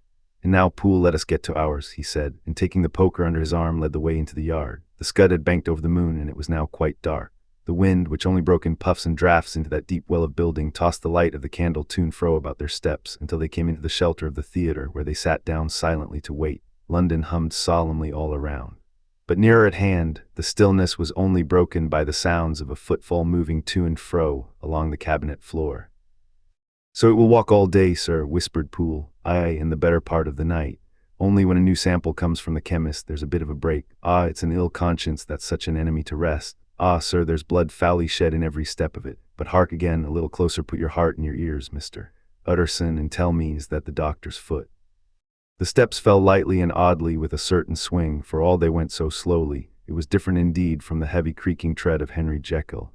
Utterson sighed. "Is there never anything else?" he asked. Poole nodded. "Once," he said. "Once I heard it weeping." "Weeping, how that?" said the lawyer, conscious of a sudden chill of horror. "Weeping like a woman or a lost soul," said the butler. "I came away with that upon my heart, that I could have wept too." But now the 10 minutes drew to an end. Poole disinterred the axe from under a stack of packing straw. The candle was set upon the nearest table to light them to the attack, and they drew near with bated breath to where that patient foot was still going up and down in the quiet of the night. "Jekyll," cried Utterson with a loud voice, "I demand to see you." He paused a moment, but there came no reply. "I give you fair warning, our suspicions are aroused, and I must and shall see you," he resumed. "If not by fair means, then by foul. If not of your consent, then by brute force." "Utterson," said the voice, "for God's sake, have mercy." "Ah, that's not Jekyll's voice, it's Hyde's," cried Utterson. "Down with the door, Poole." Poole swung the axe over his shoulder. The blow shook the building, and the red baize door leapt against the lock and hinges. A dismal screech, as of mere animal terror, rang from the cabinet. Up went the axe again, and again the panels crashed and the frame bounded. 4 times the blow fell, but the wood was tough and the fittings were of excellent workmanship, and it was not until the 5th that the lock burst in sunder and the wreck of the door fell inwards on the carpet. The besiegers, appalled by their own riot and the stillness that had succeeded, stood back a little and peered in. There lay the cabinet before their eyes in the quiet lamplight, a good fire glowing and chattering on the hearth, the kettle singing its thin strain, a drawer or two open, papers neatly set forth on the business table, and nearer the fire the things laid out for tea. The quietest room, you would have said, and but for the glazed presses full of chemicals. The most commonplace that night in London. Right in the midst there lay the body of a man, sorely contorted and still twitching. They drew near on tiptoe, turned it on its back, and beheld the face of Edward Hyde. He was dressed in clothes far too large for him, clothes of the doctor's bigness. The cords of his face still moved with a semblance of life, but life was quite gone, and by the crushed file in the hand and the strong smell of kernels that hung upon the air, Utterson knew that he was looking on the body of a self-destroyer.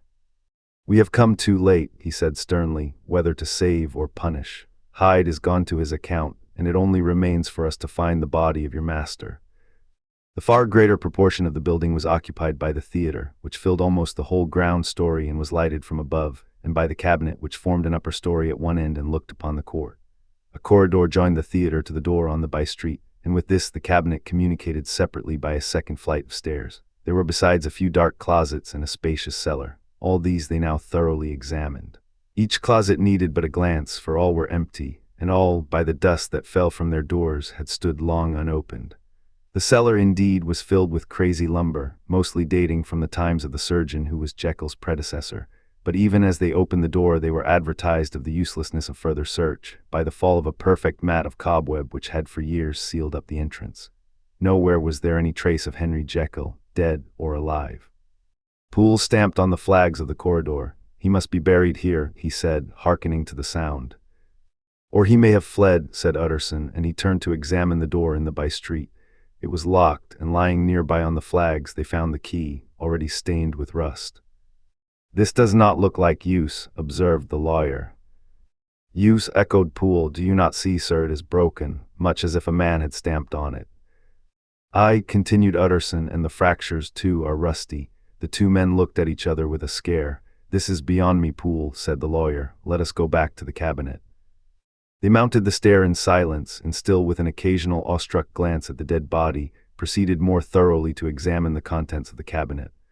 At one table there were traces of chemical work, various measured heaps of some white salt being laid on glass saucers, as though for an experiment in which the unhappy man had been prevented. "That is the same drug that I was always bringing him," said Poole, and even as he spoke, the kettle with a startling noise boiled over.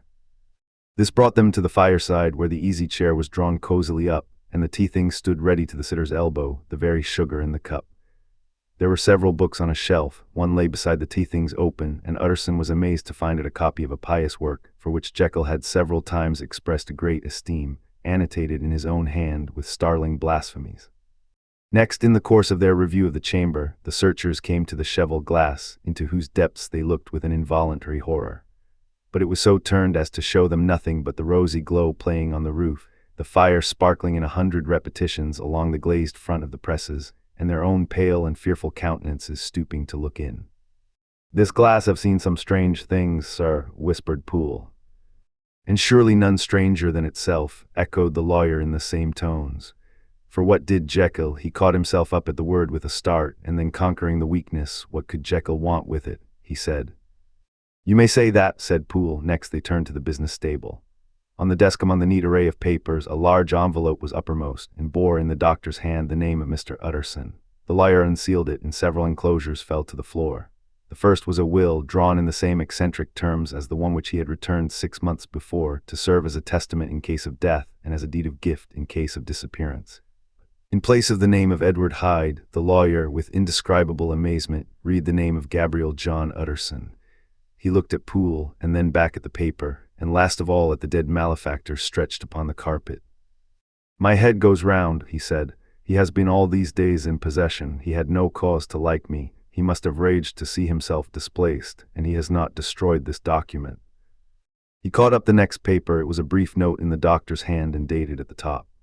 "Oh, Poole," the lawyer cried, "he was alive and here this day. He cannot have been disposed of in so short a space. He must be still alive. He must have fled. And then why fled, and how? And in that case, can we venture to declare this suicide? Oh, we must be careful. I foresee that we may yet involve your master in some dire catastrophe." "Why don't you read it, sir?" asked Poole. "Because I fear," replied the lawyer solemnly. "God grant I have no cause for it." And with that he brought the paper to his eyes and read as follows. "My dear Utterson, when this shall fall into your hands, I shall have disappeared. Under what circumstances I have not the penetration to foresee, but my instinct and all the circumstances of my nameless situation tell me that the end is sure and must be early. Go then and first read the narrative which Lanyon warned me he was to place in your hands, and if you care to hear more, turn to the confession of your unworthy and unhappy friend, Henry Jekyll." There was a third enclosure, asked Utterson. Here, sir, said Poole, and gave into his hands a considerable packet sealed in several places. The lawyer put it in his pocket. I would say nothing of this paper. If your master has fled or is dead, we may at least save his credit. It is now 10. I must go home and read these documents in quiet, but I shall be back before midnight, when we shall send for the police. They went out, locking the door of the theater behind them, and Utterson, once more leaving the servants gathered about the fire in the hall, trudged back to his office to read the 2 narratives in which this mystery was now to be explained. Dr. Lannion's narrative. On the 9th of January, now 4 days ago, I received by the evening delivery a registered envelope, addressed in the hand of my colleague and old school companion, Henry Jekyll. I was a good deal surprised by this, for we were by no means in the habit of correspondence. I had seen the man, dined with him indeed the night before, and I could imagine nothing in our intercourse that should justify formality of registration. The contents increased my wonder. For this is how the letter ran. 10th December 18. Dear Lannion, you are one of my oldest friends, and although we may have differed at times on scientific questions, I cannot remember, at least on my side, any break in our affection. There was never a day when, if you had said to me, Jekyll, my life, my honor, my reason depend upon you, I would not have sacrificed my left hand to help you. Lannion, my life, my honor, my reason are all at your mercy. If you fail me tonight, I am lost, you might suppose. After this preface, that I am going to ask you for something dishonorable to grant, judge for yourself. I want you to postpone all other engagements for tonight. Even if you were summoned to the bedside of an emperor, to take a cab unless your carriage should be actually at the door, and with this letter in your hand for consultation, to drive straight to my house. Poole, my butler, has his orders. You will find him waiting your arrival with a locksmith. The door of my cabinet is then to be forced, and you are to go in alone to open the glazed press, letter E, on the left hand, breaking the lock if it be shut, and to draw out with all its contents as they stand, the 4th drawer from the top, or, which is the same thing, the 3rd from the bottom. In my extreme distress of wind, I have a morbid fear of misdirecting you, but even if I am in error, you may know the right drawer by its contents, some powders, a file, and a paper book. This drawer I beg of you to carry back with you to Cavendish Square exactly as it stands. That is the first part of the service. Now for the second. You should be back, if you set out at once on the receipt of this, long before midnight, but I will leave you that amount of margin, not only in the fear of one of those obstacles that can neither be prevented nor foreseen, but because an hour when your servants are in bed is to be preferred for what will then remain to do. At midnight, then, I have to ask you to be alone in your consulting room, to admit with your own hand into the house a man who will present himself in my name, and to place in his hands the drawer that you will have brought with you from my cabinet. Then you will have played your part and earned my gratitude completely. 5 minutes afterwards, if you insist upon an explanation, you will have understood that these arrangements are of capital importance, and that by the neglect of one of them, fantastic as they must appear, you might have charged your conscience with my death or the shipwreck of my reason. Confident as I am that you will not trifle with this appeal, my heart sinks and my hand trembles at the bare thought of such a possibility. Think of me at this hour in a strange place, laboring under a blackness of distress that no fancy can exaggerate, and yet well aware that, if you will but punctually serve me, my troubles will roll away like a story that is told. Serve me, my dear Lannion, and save. Your friend H.J. Yes, I had already sealed this up when a fresh terror struck upon my soul. It is possible that the post office may fail me and this letter not come into your hands until tomorrow morning. In that case, dear Lannion, do my errand when it shall be most convenient for you in the course of the day, and once more expect my messenger at midnight. It may then already be too late, and if that night passes without event, you will know that you have seen the last of Henry Jekyll. Upon the reading of this letter, I made sure my colleague was insane, but till that was proved beyond the possibility of doubt, I felt bound to do as he requested. The less I understood of this farrago, the less I was in a position to judge of its importance, and an appeal so worded could not be set aside without a grave responsibility. I rose accordingly from table, got into a hansom, and drove straight to Jekyll's house. The butler was awaiting my arrival. He had received by the same post as mine a registered letter of instruction, and had sent at once for a locksmith and a carpenter. The tradesmen came while we were yet speaking, and we moved in a body to old Dr. Denman's surgical theater, from which, as you are doubtless aware, Jekyll's private cabinet is most conveniently entered. The door was very strong, the lock excellent. The carpenter avowed he would have great trouble and have to do much damage if force were to be used, and the locksmith was near despair. But this last was a handy fellow, and after 2 hours' work the door stood open. The press marked E was unlocked, and I took out the drawer, had it filled up with straw and tied in a sheet, and returned with it to Cavendish Square. Here I proceeded to examine its contents. The powders were neatly enough made up, but not with the nicety of the dispensing chemist, so that it was plain they were of Jekyll's private manufacture. And when I opened one of the wrappers, I found what seemed to me a simple crystalline salt of a white color. The phial to which I next turned my attention might have been about half full of a blood-red liquor, which was highly pungent to the sense of smell and seemed to me to contain phosphorus and some volatile ether. At the other ingredients I could make no guess. The book was an ordinary version book and contained little but a series of dates. These covered a period of many years, but I observed that the entry ceased nearly a year ago and quite abruptly. Here and there a brief remark was appended to a date, usually no more than a single word, double occurring perhaps 6 times in a total of several hundred entries, and once very early in the list and followed by several marks of exclamation, total failure. All this, though it whetted my curiosity, told me little that was definite. Here were a phial of some tincture, a paper of some salt, and the record of a series of experiments that had led, like too many of Jekyll's investigations, to no end of practical usefulness. How could the presence of these articles in my house affect either the honor, the sanity, or the life of my flighty colleague? If his messenger could go to one place, why could he not go to another? And even granting some impediment, why was this gentleman to be received by me in secret? The more I reflected, the more convinced I grew that I was dealing with a case of cerebral disease, and though I dismissed my servants to bed, I loaded an old revolver, that I might be found in some posture of self-defense. 12 o'clock had scarce rung out over London, ere the knocker sounded very gently on the door.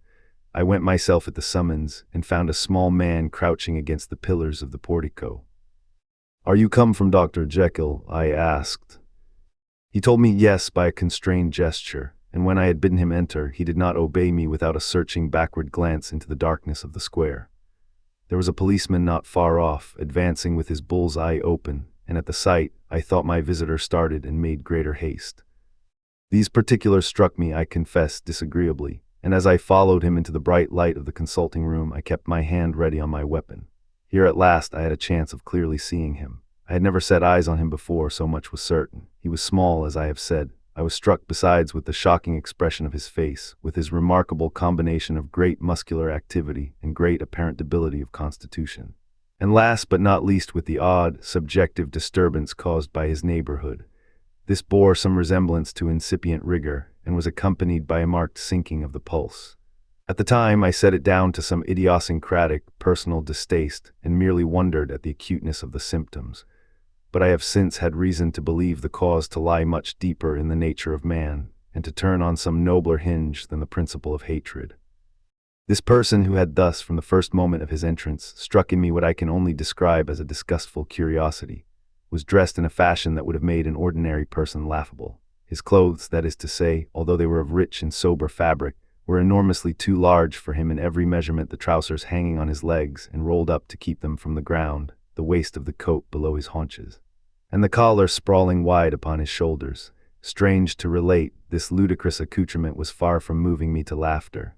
Rather, as there was something abnormal and misbegotten in the very essence of the creature that now faced me, something seizing, surprising, and revolting, this fresh disparity seemed but to fit in with and to reinforce it, so that to my interest in the man's nature and character, there was added a curiosity as to his origin, his life, his fortune and status in the world.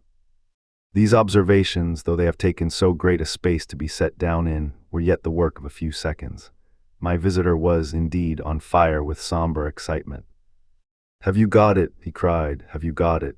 And so lively was his impatience that he even laid his hand upon my arm and sought to shake me.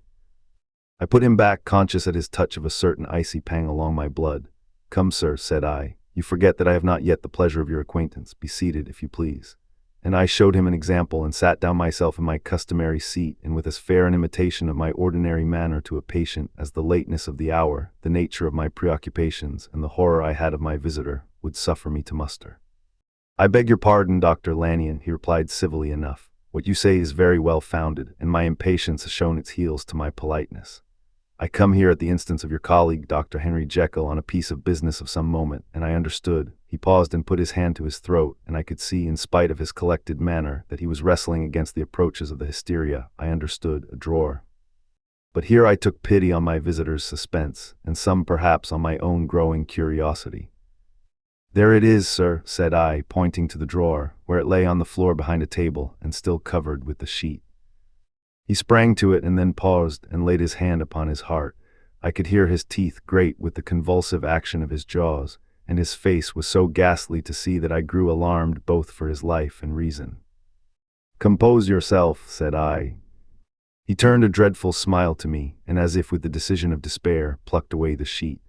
At sight of the contents, he uttered one loud sob of such immense relief that I sat petrified, and the next moment, in a voice that was already fairly well under control, "Have you a graduated glass?" he asked. I rose from my place with something of an effort, and gave him what he asked. He thanked me with a smiling nod, measured out a few minims of the red tincture, and added one of the powders.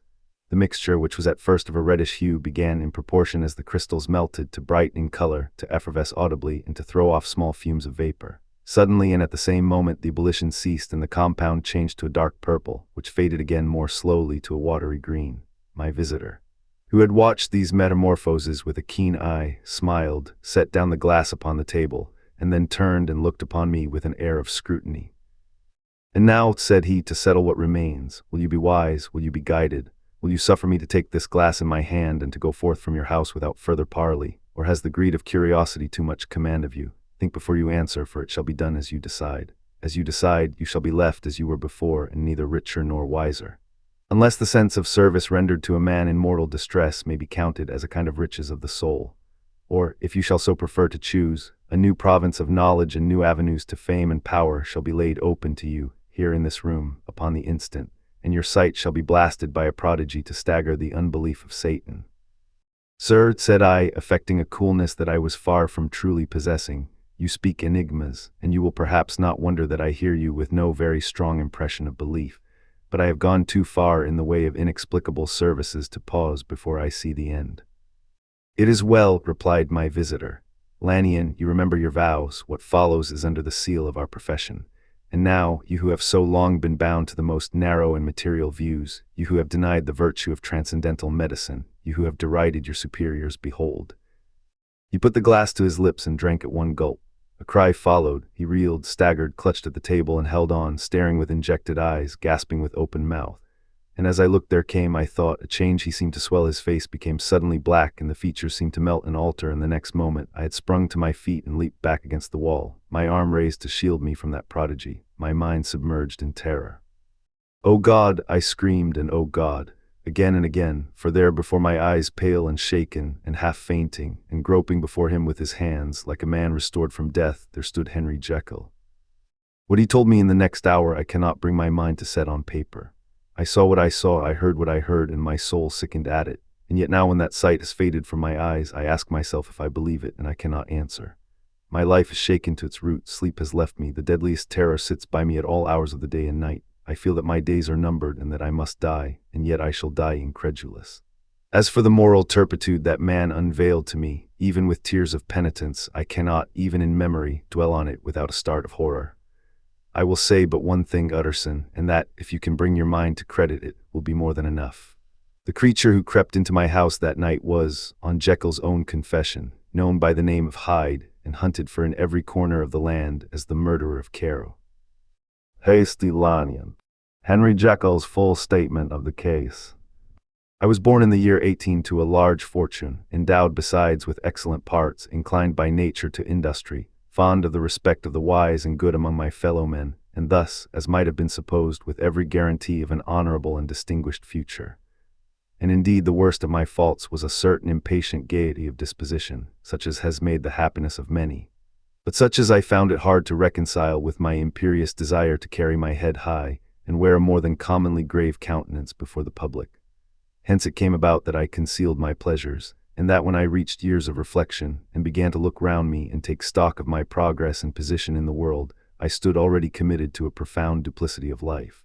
Many a man would have even blazoned such irregularities as I was guilty of, but from the high views that I had set before me, I regarded and hid them with an almost morbid sense of shame. It was thus rather the exacting nature of my aspirations than any particular degradation in my faults that made me what I was, and with even a deeper trench than in the majority of men, severed in me those provinces of good and ill which divide and compound man's dual nature.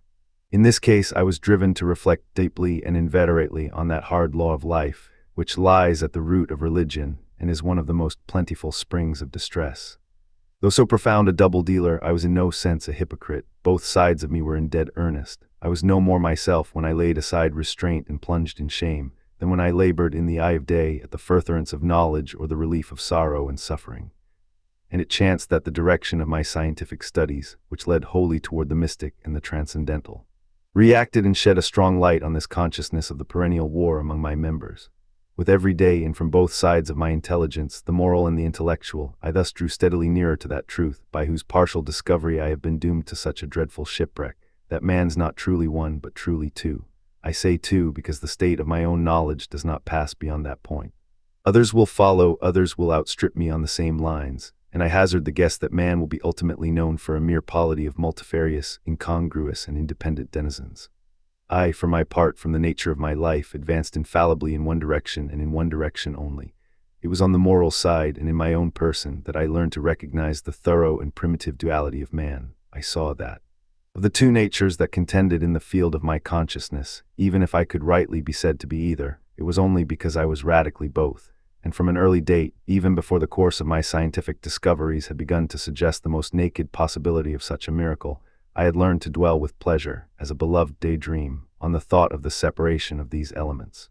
If each, I told myself, could but be housed in separate identity, life would be relieved of all that was unbearable. The unjust might go his way, delivered from the aspirations and remorse of his more upright twin, and the just could walk steadfastly and securely on his upward path, doing the good things in which he found his pleasure, and no longer exposed to disgrace and penitence by the hands of this extraneous evil. It was the curse of mankind that these incongruous faggots were thus bound together, that in the agonized womb of consciousness these polar twins should be continuously struggling. How, then, were they dissociated? I was so far in my reflections when, as I have said, a side light began to shine upon the subject from the laboratory table. I began to perceive more deeply than it has ever yet been stated, the trembling immateriality, the mist-like transience of this seemingly so solid body in which we walk attired. Certain agents I found to have the power to shake and to pluck back that fleshly vestment, even as a wind might toss the curtains of pavilion, for two good reasons. I will not enter deeply into this scientific branch of my confession. First, because I have been made to learn that the doom and burthen of our life is bound forever on man's shoulders, and when the attempt is made to cast it off, it but returns upon us with more unfamiliar and more awful pressure.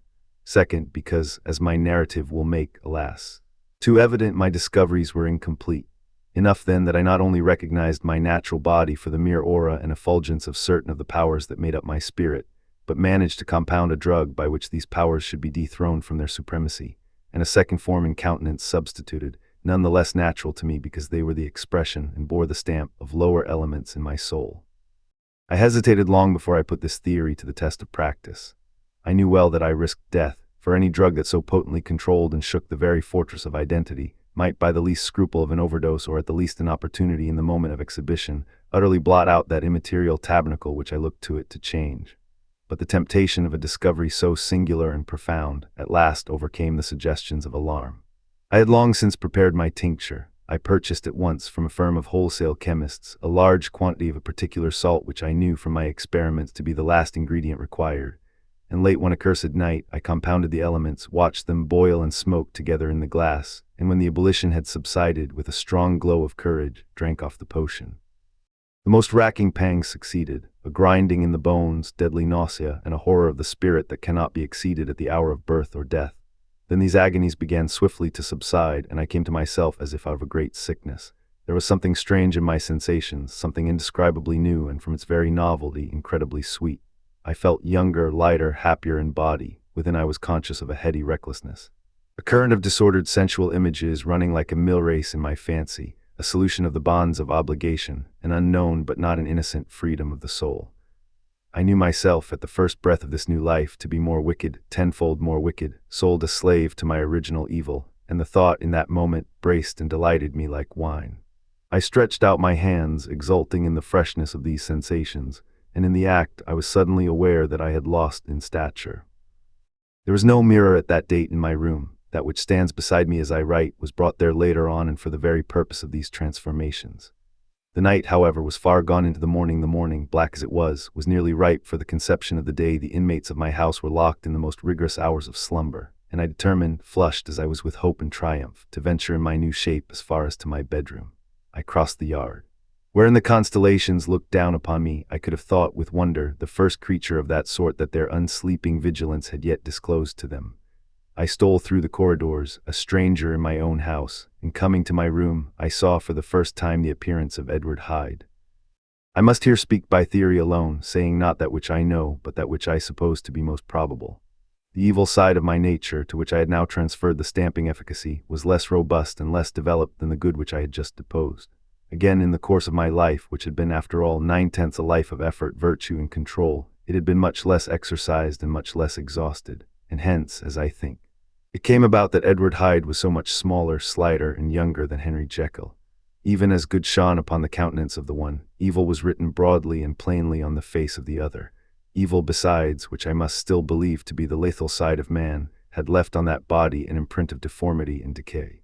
And yet when I looked upon that ugly idol in the glass, I was conscious of no repugnance, rather of a leap of welcome. This too was myself. It seemed natural and human. In my eyes it bore a livelier image of the spirit. It seemed more express and single than the imperfect and divided countenance I had been hitherto accustomed to call mine. And in so far I was doubtless right. I have observed that when I wore the semblance of Edward Hyde, none could come near to me at first without a visible misgiving of the flesh. This, as I take it, was because all human beings, as we meet them, are commingled out of good and evil, and Edward Hyde, alone in the ranks of mankind, was pure evil. I lingered but a moment at the mirror. The second and conclusive experiment had yet to be attempted. It yet remained to be seen if I had lost my identity beyond redemption and must flee before daylight from a house that was no longer mine. And hurrying back to my cabinet, I once more prepared and drank the cup, once more suffered the pangs of dissolution, and came to myself once more with the character, the stature, and the face of Henry Jekyll. That night I had come to the fatal crossroads.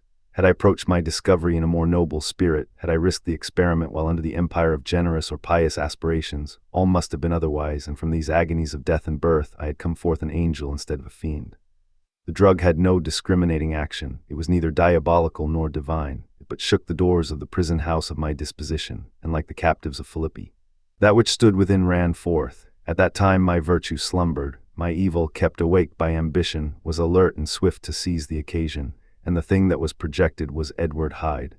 Hence, although I had now two characters as well as two appearances, one was wholly evil, and the other was still the old Henry Jekyll, that incongruous compound of whose reformation and improvement I had already learned to despair. The movement was thus wholly toward the worse. Even at that time I had not yet conquered my aversion to the dryness of a life of study. I would still be merrily disposed at times, and as my pleasures were, to say the least, undignified, and I was not only well known and highly considered, but growing toward the elderly man, this incoherency of my life was daily growing more unwelcome. It was on this side that my new power tempted me until I fell in slavery. I had but to drink the cup, to doff at once the body of the noted professor, and to assume, like a thick cloak, that of Edward Hyde. I smiled at the notion. It seemed to me at the time to be humorous, and I made my preparations with the most studious care. I took and furnished that house in Soho to which Hyde was tracked by the police, and engaged as housekeeper a creature whom I well knew to be silent and unscrupulous. On the other side I announced to my servants that a Mr. Hyde, whom I described, was to have full liberty and power about my house in the square, and to parry mishaps I even called and made myself a familiar object in my second character. I next drew up that will to which you so much objected, so that if anything befell me in the person of Dr. Jekyll, I could enter on that of Edward Hyde without pecuniary loss, and thus fortified, as I supposed. On every side I began to profit by the strange immunities of my position. Men have before hired bravos to transact their crimes, while their own person and reputation sat under shelter. I was the first that ever did so for his pleasures.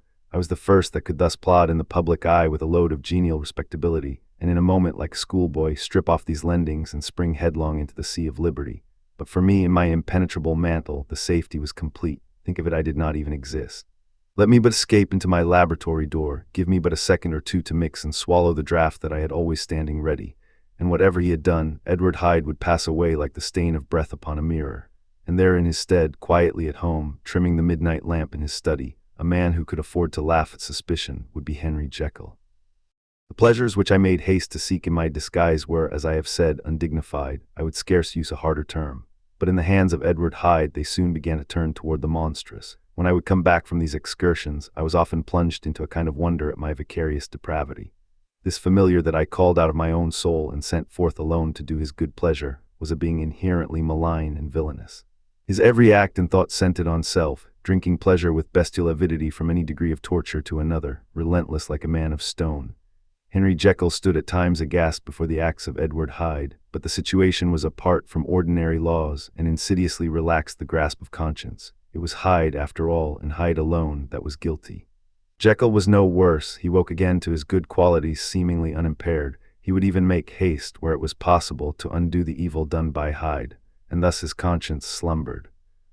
Into the details of the infamy at which I thus connived, for even now I can scarce grant that I committed it, I have no design of entering. I mean but to point out the warnings and the successive steps with which my chastisement approached.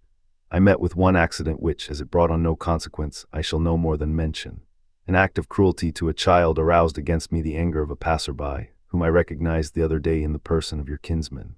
The doctor and the child's family joined him. There were moments when I feared for my life, and at last, in order to pacify their too just resentment, Edward Hyde had to bring them to the door and pay them in a check drawn in the name of Henry Jekyll. But this danger was easily eliminated from the future by opening an account at another bank in the name of Edward Hyde himself, and when, by sloping my own hand backward, I had supplied my double with a signature, I thought I sat beyond the reach of fate. Some 2 months before the murder of Sir Danvers, I had been out for one of my adventures, had returned at a late hour, and woke the next day in bed with somewhat odd sensations. It was in vain I looked about me. In vain I saw the decent furniture and tall proportions of my room in the square. In vain that I recognized the pattern of the bed curtains and the design of the mahogany frame. Something still kept insisting that I was not where I was. That I had not wakened where I seemed to be, but in the little room in Soho where I was accustomed to sleep in the body of Edward Hyde. I smiled to myself, and in my psychological way began lazily to inquire into the elements of this illusion, occasionally, even as I did so, dropping back into a comfortable morning doze. I was still so engaged when, in one of my more wakeful moments, my eyes fell upon my hand. Now the hand of Henry Jekyll, as you have often remarked, was professional in shape and size. It was large, firm, white, and comely. But the hand which I now saw clearly enough in the yellow light of a mid-London morning, lying half shut on the bedclothes, was lean, corded knuckly, of a dusky pallor and thickly shaded with a swart growth of hair. It was the hand of Edward Hyde. I must have stared upon it for near half a minute, sunk as I was in the mere stupidity of wonder, before terror woke up in my breast as sudden and startling as the crash of cymbals, and bounding from my bed I rushed to the mirror. At the sight that met my eyes, my blood was changed into something exquisitely thin and icy. Yes, I had gone to bed Henry Jekyll, I had awakened Edward Hyde. How was this to be explained? I asked myself, and then, with another bound of terror, how was it to be remedied? It was well on in the morning, the servants were up. All my drugs were in the cabinet, a long journey down 2 pairs of stairs, through the back passage, across the open court, and through the anatomical theater, from where I was then standing horror-struck. It might indeed be possible to cover my face, but of what use was that when I was unable to conceal the alteration in my stature? And then with an overpowering sweetness of relief, it came back upon my mind that the servants were already used to the coming and going of my second self. I had soon dressed, as well as I was able, in clothes of my own size, had soon passed through the house, where Bradshaw stared and drew back at seeing Mr. Hyde at such an hour and in such a strange array, and 10 minutes later Dr. Jekyll had returned to his own shape and was sitting down, with a darkened brow, to make a feint of breakfasting. Small indeed was my appetite. This inexplicable incident, this reversal of my previous experience, seemed, like the Babylonian finger on the wall, to be spelling out the letters of my judgment, and I began to reflect more seriously than ever before on the issues and possibilities of my double existence. That part of me which I had the power of projecting had lately been much exercised and nourished. It had seemed to me of late as though the body of Edward Hyde had grown in stature, as though when I wore that form I were conscious of a more generous tide of blood. And I began to spy a danger that, if this were much prolonged, the balance of my nature might be permanently overthrown, the power of voluntary change be forfeited, and the character of Edward Hyde become irrevocably mine. Power of the drug had not been always equally displayed. Once, very early in my career, it had totally failed me. Since then I had been obliged on more than one occasion to double, and once, with infinite risk of death, to treble the amount, and these rare uncertainties had cast hitherto the sole shadow on my contentment. Now, however, and in the light of that morning's accident, I was led to remark that whereas, in the beginning, the difficulty had been to throw off the body of Jekyll, it had of late gradually but decidedly transferred itself to the other side. All things therefore seemed to point to this, that I was slowly losing hold of my original and better self, and becoming slowly incorporated with my second and worse. Between these two I now felt I had to choose. My two natures had memory in common, but all other faculties were most unequally shared between them. Jekyll, who was composite, now with the most sensitive apprehensions, now with a greedy gusto, projected and shared in the pleasures and adventures of Hyde. But Hyde was indifferent to Jekyll, or but remembered him, as the mountain bandit remembers the cavern in which he conceals himself from pursuit. Jekyll had more than a father's interest, Hyde had more than a son's indifference. To cast in my lot with Jekyll was to die to those appetites which I had long secretly indulged and had of late begun to pamper. To cast it in with Hyde was to die to 1,000 interests and aspirations, and to become, at a blow and forever, despised and friendless. The bargain might appear unequal, but there was still another consideration in the scales, for while Jekyll would suffer smartingly in the fires of abstinence, Hyde would be not even conscious of all that he had lost. Strange as my circumstances were, the terms of this debate are as old and commonplace as man. Much the same inducements and alarms cast the die for any tempted and trembling sinner, and it fell out with me, as it falls with so vast a majority of my fellows, that I chose the better part, and was found wanting in the strength to keep to it. Yes, I preferred the elderly and discontented doctor, surrounded by friends and cherishing honest hopes, and bade a resolute farewell to the liberty, the comparative youth, the light step, leaping impulses and secret pleasures that I had enjoyed in the disguise of Hyde. I made this choice perhaps with some unconscious reservation, for I neither gave up the house in Soho, nor destroyed the clothes of Edward Hyde which still lay ready in my cabinet. For 2 months, however, I was true to my determination. For 2 months I led a life of such severity as I had never before attained to, and enjoyed the compensations of an approving conscience. But time began at last to obliterate the freshness of my alarm. The praises of conscience began to grow into a thing of course. I began to be tortured with throes and longings, as of Hyde struggling after freedom, and at last, in an hour of moral weakness, I once again compounded and swallowed the transforming draught. I do not suppose that, when a drunkard reasons with himself upon his vice, he is once out of 500 times affected by the dangers that he runs through his brutish physical insensibility. Neither had I, long as I had considered my position, made enough allowance for the complete moral insensibility and insensate readiness to evil which were the leading characters of Edward Hyde, yet it was by these that I was punished. My devil had been long caged, he came out roaring.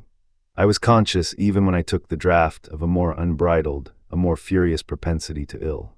It must have been this, I suppose, that stirred in my soul that tempest of impatience with which I listened to the civilities of my unhappy victim. I declare, at least before God, no man morally sane could have been guilty of that crime upon so pitiful a provocation, and that I struck in no more reasonable spirit than that in which a sick child may break a plaything. But I had voluntarily stripped myself of all those balancing instincts by which even the worst of us continues to walk with some degree of steadiness among temptations, and in my case, to be tempted, however slightly, was to fall. Instantly the spirit of hell awoke in me and raged. With a transport of glee, I mauled the unresisting body, tasting delight from every blow, and it was not till weariness had begun to succeed that I was suddenly, in the top fit of my delirium, struck through the heart by a cold thrill of terror. A mist dispersed, I saw my life to be forfeit, and fled from the scene of these excesses, at once glorying and trembling, my lust of evil gratified and stimulated. My love of life screwed to the topmost peg. I ran to the house in Soho, and to make assurance doubly sure, destroyed my papers. Thence I set out through the lamplit streets in the same divided ecstasy of mind, gloating on my crime, light-headedly devising others in the future, and yet still hastening and still hearkening in my wake for the steps of the avenger. Hyde had a song upon his lips as he compounded the draught, and as he drank it pledged the dead man. The pangs of transformation had not done tearing him, before Henry Jekyll, with streaming tears of gratitude and remorse, had fallen upon his knees and lifted his clasped hands to God. The veil of self-indulgence was rent from head to foot. I saw my life as a whole. I followed it up from the days of childhood when I had walked with my father's hand, and through the self-denying toils of my professional life, to arrive again and again, with the same sense of unreality, at the damned horrors of the evening. I could have screamed aloud. I sought with tears and prayers to smother down the crowd of hideous images and sounds with which my memory swarmed against me, and still, between the petitions, the ugly face of my iniquity stared into my soul. As the acuteness of this remorse began to die away, it was succeeded by a sense of joy. The problem of my conduct was solved. Hyde was thenceforth impossible. Whether I would or not, I was now confined to the better part of my existence. And oh, how I rejoiced to think it! With what willing humility I embraced anew the restrictions of natural life. With what sincere renunciation I locked the door by which I had so often gone and come, and ground the key under my heel. The next day came the news that the murder not had been overlooked, that the guilt of Hyde was patent to the world, and that the victim was a man high in public estimation. It was not only a crime, it had been a tragic folly. I think I was glad to know it. I think I was glad to have my better impulses thus buttressed and guarded by the terrors of the scaffold. Jekyll was now my city of refuge, let but Hyde peep out an instant, and the hands of all men would be raised to take and slay him. I resolved in my future conduct to redeem the past, and I can say with honesty that my resolve was fruitful of some good. You know yourself how earnestly in the last months of last year I labored to relieve suffering. You know that much was done for others, and that the days passed quietly, almost happily for myself. Nor can I truly say that I wearied of this beneficent and innocent life. I think instead that I daily enjoyed it more completely. But I was still cursed with my duality of purpose, and as the first edge of my penitence wore off, the lower side of me, so long indulged, so recently chained down, began to growl for license. Not that I dreamed of resuscitating Hyde. The bare idea of that would startle me to frenzy. No, it was in my own person that I was once more tempted to trifle with my conscience, and it was as an ordinary secret sinner that I at last fell before the assaults of temptation. There comes an end to all things, the most capacious measure is filled at last, and this brief condescension to evil finally destroyed the balance of my soul.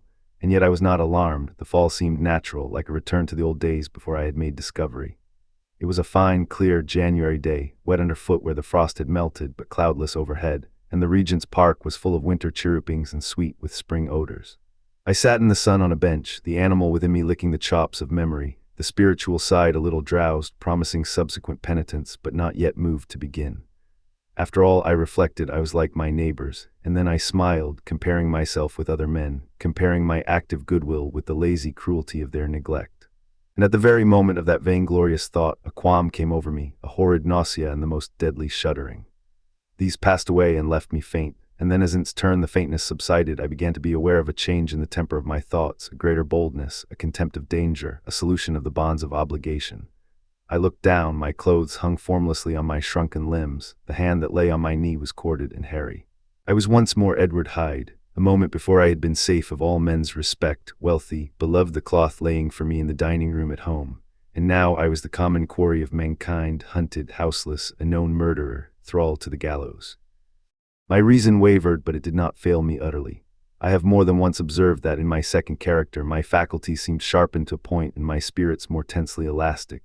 Thus it came about that, where Jekyll perhaps might have succumbed, Hyde rose to the importance of the moment. My drugs were in one of the presses of my cabinet. How was I to reach them? That was the problem that, crushing my temples in my hands, I set myself to solve. The laboratory door I had closed. If I sought to enter by the house, my own servants would consign me to the gallows. I saw I must employ another hand, and thought of Lanyon. How was he to be reached? How persuaded? Supposing that I escaped capture in the streets, how was I to make my way into his presence? And how should I, an unknown and displeasing visitor, prevail on the famous physician to rifle the study of his colleague, Dr. Jekyll? Then I remembered that of my original character. One part remained to me. I could write my own hand, and once I had conceived that kindling spark, the way that I must follow became lighted up from end to end. Thereupon I arranged my clothes as best I could, and summoning a passing hansom, drove to an hotel in Portland Street, the name of which I chanced to remember. At my appearance, which was indeed comical enough, however tragic a fate these garments covered, the driver could not conceal his mirth. I gnashed my teeth upon him with a gust of devilish fury, and the smile withered from his face, happily for him, yet more happily for myself.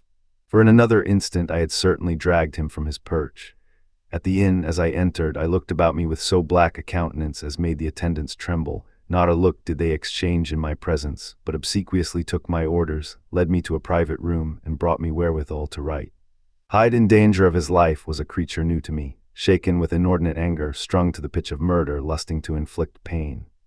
Yet the creature was astute, mastered his fury with a great effort of the will, composed his two important letters, one to Lanyon and one to Poole, and that he might receive actual evidence of their being posted, sent them out with directions that they should be registered. Thenceforward he sat all day over the fire in the private room, gnawing his nails. There he dined, sitting alone with his fears, the waiter visibly quailing before his eye. And thence, when the night was fully come, he set forth in the corner of a closed cab and was driven to and fro about the streets of the city. I say I cannot say I, that child of hell had nothing human, nothing lived in him but fear and hatred, and when at last, thinking the driver had begun to grow suspicious, he discharged the cab and ventured on foot, attired in his misfitting clothes, an object marked out for observation, into the midst of the nocturnal passengers. These two base passions raged within him like a tempest. He walked fast, hunted by his fears, chattering to himself, skulking through the less frequented thoroughfares, counting the minutes that still divided him from midnight. Once a woman spoke to him, offering, I think, a box of lights. He smote her in the face, and she fled. When I came to myself at Lanian's, the horror of my old friend perhaps affected me somewhat. I do not know. It was at least but a drop in the sea to the abhorrence with which I looked back upon these hours. A change had come over me. It was no longer the fear of the gallows, it was the horror of being Hyde that racked me. I received Lanian's condemnation partly in a dream. It was partly in a dream that I came home to my own house and got into bed. I slept after the prostration of the day, with a stringent and profound slumber which not even the nightmares that wrung me could avail to break. I awoke in the morning shaken, weakened, but refreshed. I still hated and feared the thought of the brute that slept within me, and I had not of course forgotten the appalling dangers of the day before. But I was once more at home, in my own house and close to my drugs, and gratitude for my escape shone so strong in my soul that it almost rivaled the brightness of hope. I was stepping leisurely across the court after breakfast, drinking the chill of the air with pleasure, when I was seized again with those indescribable sensations that heralded the change, and I had but the time to gain the shelter of my cabinet before I was once again raging and freezing with the passions of Hyde. It took on this occasion a double dose to recall me to myself, and alas, 6 hours after, as I sat looking sadly in the fire, the pangs returned, and the drug had to be re-administered. In short, from that day forth it seemed only by a great effort as of gymnastics, and only under the immediate stimulation of the drug, that I was able to wear the countenance of Jekyll. At all hours of the day and night I would be taken with the premonitory shudder. Above all, if I slept or even dozed for a moment in my chair, it was always as Hyde that I awakened. Under the strain of this continually impending doom and by the sleeplessness to which I now condemned myself, even beyond what I had thought possible to man, I became in my own person a creature eaten up and emptied by fever, languidly weak both in body and mind, and solely occupied by one thought, the horror of my other self. But when I slept, or when the virtue of the medicine wore off, I would leap almost without transition, for the pangs of transformation grew daily less marked, into the possession of a fancy brimming with images of terror, a soul boiling with causeless hatreds, and a body that seemed not strong enough to contain the raging energies of life. The powers of Hyde seemed to have grown with the sickliness of Jekyll, and certainly the hate that now divided them was equal on each side. With Jekyll, it was a thing of vital instinct. He had now seen the full deformity of that creature that shared with him some of the phenomena of consciousness, and was co-heir with him to death. And beyond these links of community, which in themselves made the most poignant part of his distress, he thought of Hyde, for all his energy of life, as of something not only hellish but inorganic. This was the shocking thing, that the slime of the pit seemed to utter cries and voices, that the amorphous dust gesticulated and sinned, that what was dead, and had no shape, should usurp the offices of life.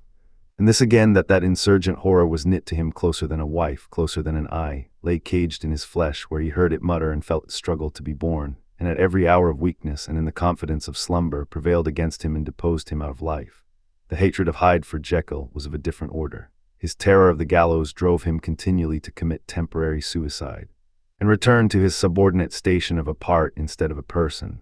But he loathed the necessity, he loathed the despondency into which Jekyll was now fallen, and he resented the dislike with which he was himself regarded. Hence the ape-like tricks that he would play me, scrawling in my own hand blasphemies on the pages of my books, burning the letters and destroying the portrait of my father. And indeed, had it not been for his fear of death, he would long ago have ruined himself in order to involve me in the ruin. But his love of life is wonderful. I go further. I, who sicken and freeze at the mere thought of him, when I recall the abjection and passion of this attachment. And when I know how he fears my power to cut him off by suicide, I find it in my heart to pity him. It is useless, and the time awfully fails me to prolong this description. No one has ever suffered such torment, let that suffice. And yet even to these habit brought not alleviation, but a certain callousness of soul, a certain acquiescence of despair. And my punishment might have gone on for years, but for the last calamity which has now fallen, and which has finally severed me from my own face and nature. My provision of the salt, which had never been renewed since the date of the first experiment, began to run low. I sent out for a fresh supply and mixed the draught. The ebullition followed, and the first change of color, not the second. I drank it, and it was without efficiency. You will learn from Poole how I have had London ransacked. It was in vain, and I am now persuaded that my first supply was impure, and that it was that unknown impurity which lent efficacy to the draught. About a week has passed, and I am now finishing this statement under the influence of the last of the old powders. This, then, is the last time, short of a miracle, that Henry Jekyll can think his own thoughts or see his own face, now how sadly altered, in the glass, nor must I delay too long to bring my writing to an end, For if my narrative has hitherto escaped destruction, it has been by a combination of great prudence and great good luck. Should the throes of change take me in the act of writing it, Hyde will tear it in pieces. But if some time shall have elapsed after I have laid it by, his wonderful selfishness and circumscription to the moment will probably save it once again from the action of his ape-like spite. And indeed the doom that is closing on us both has already changed and crushed him.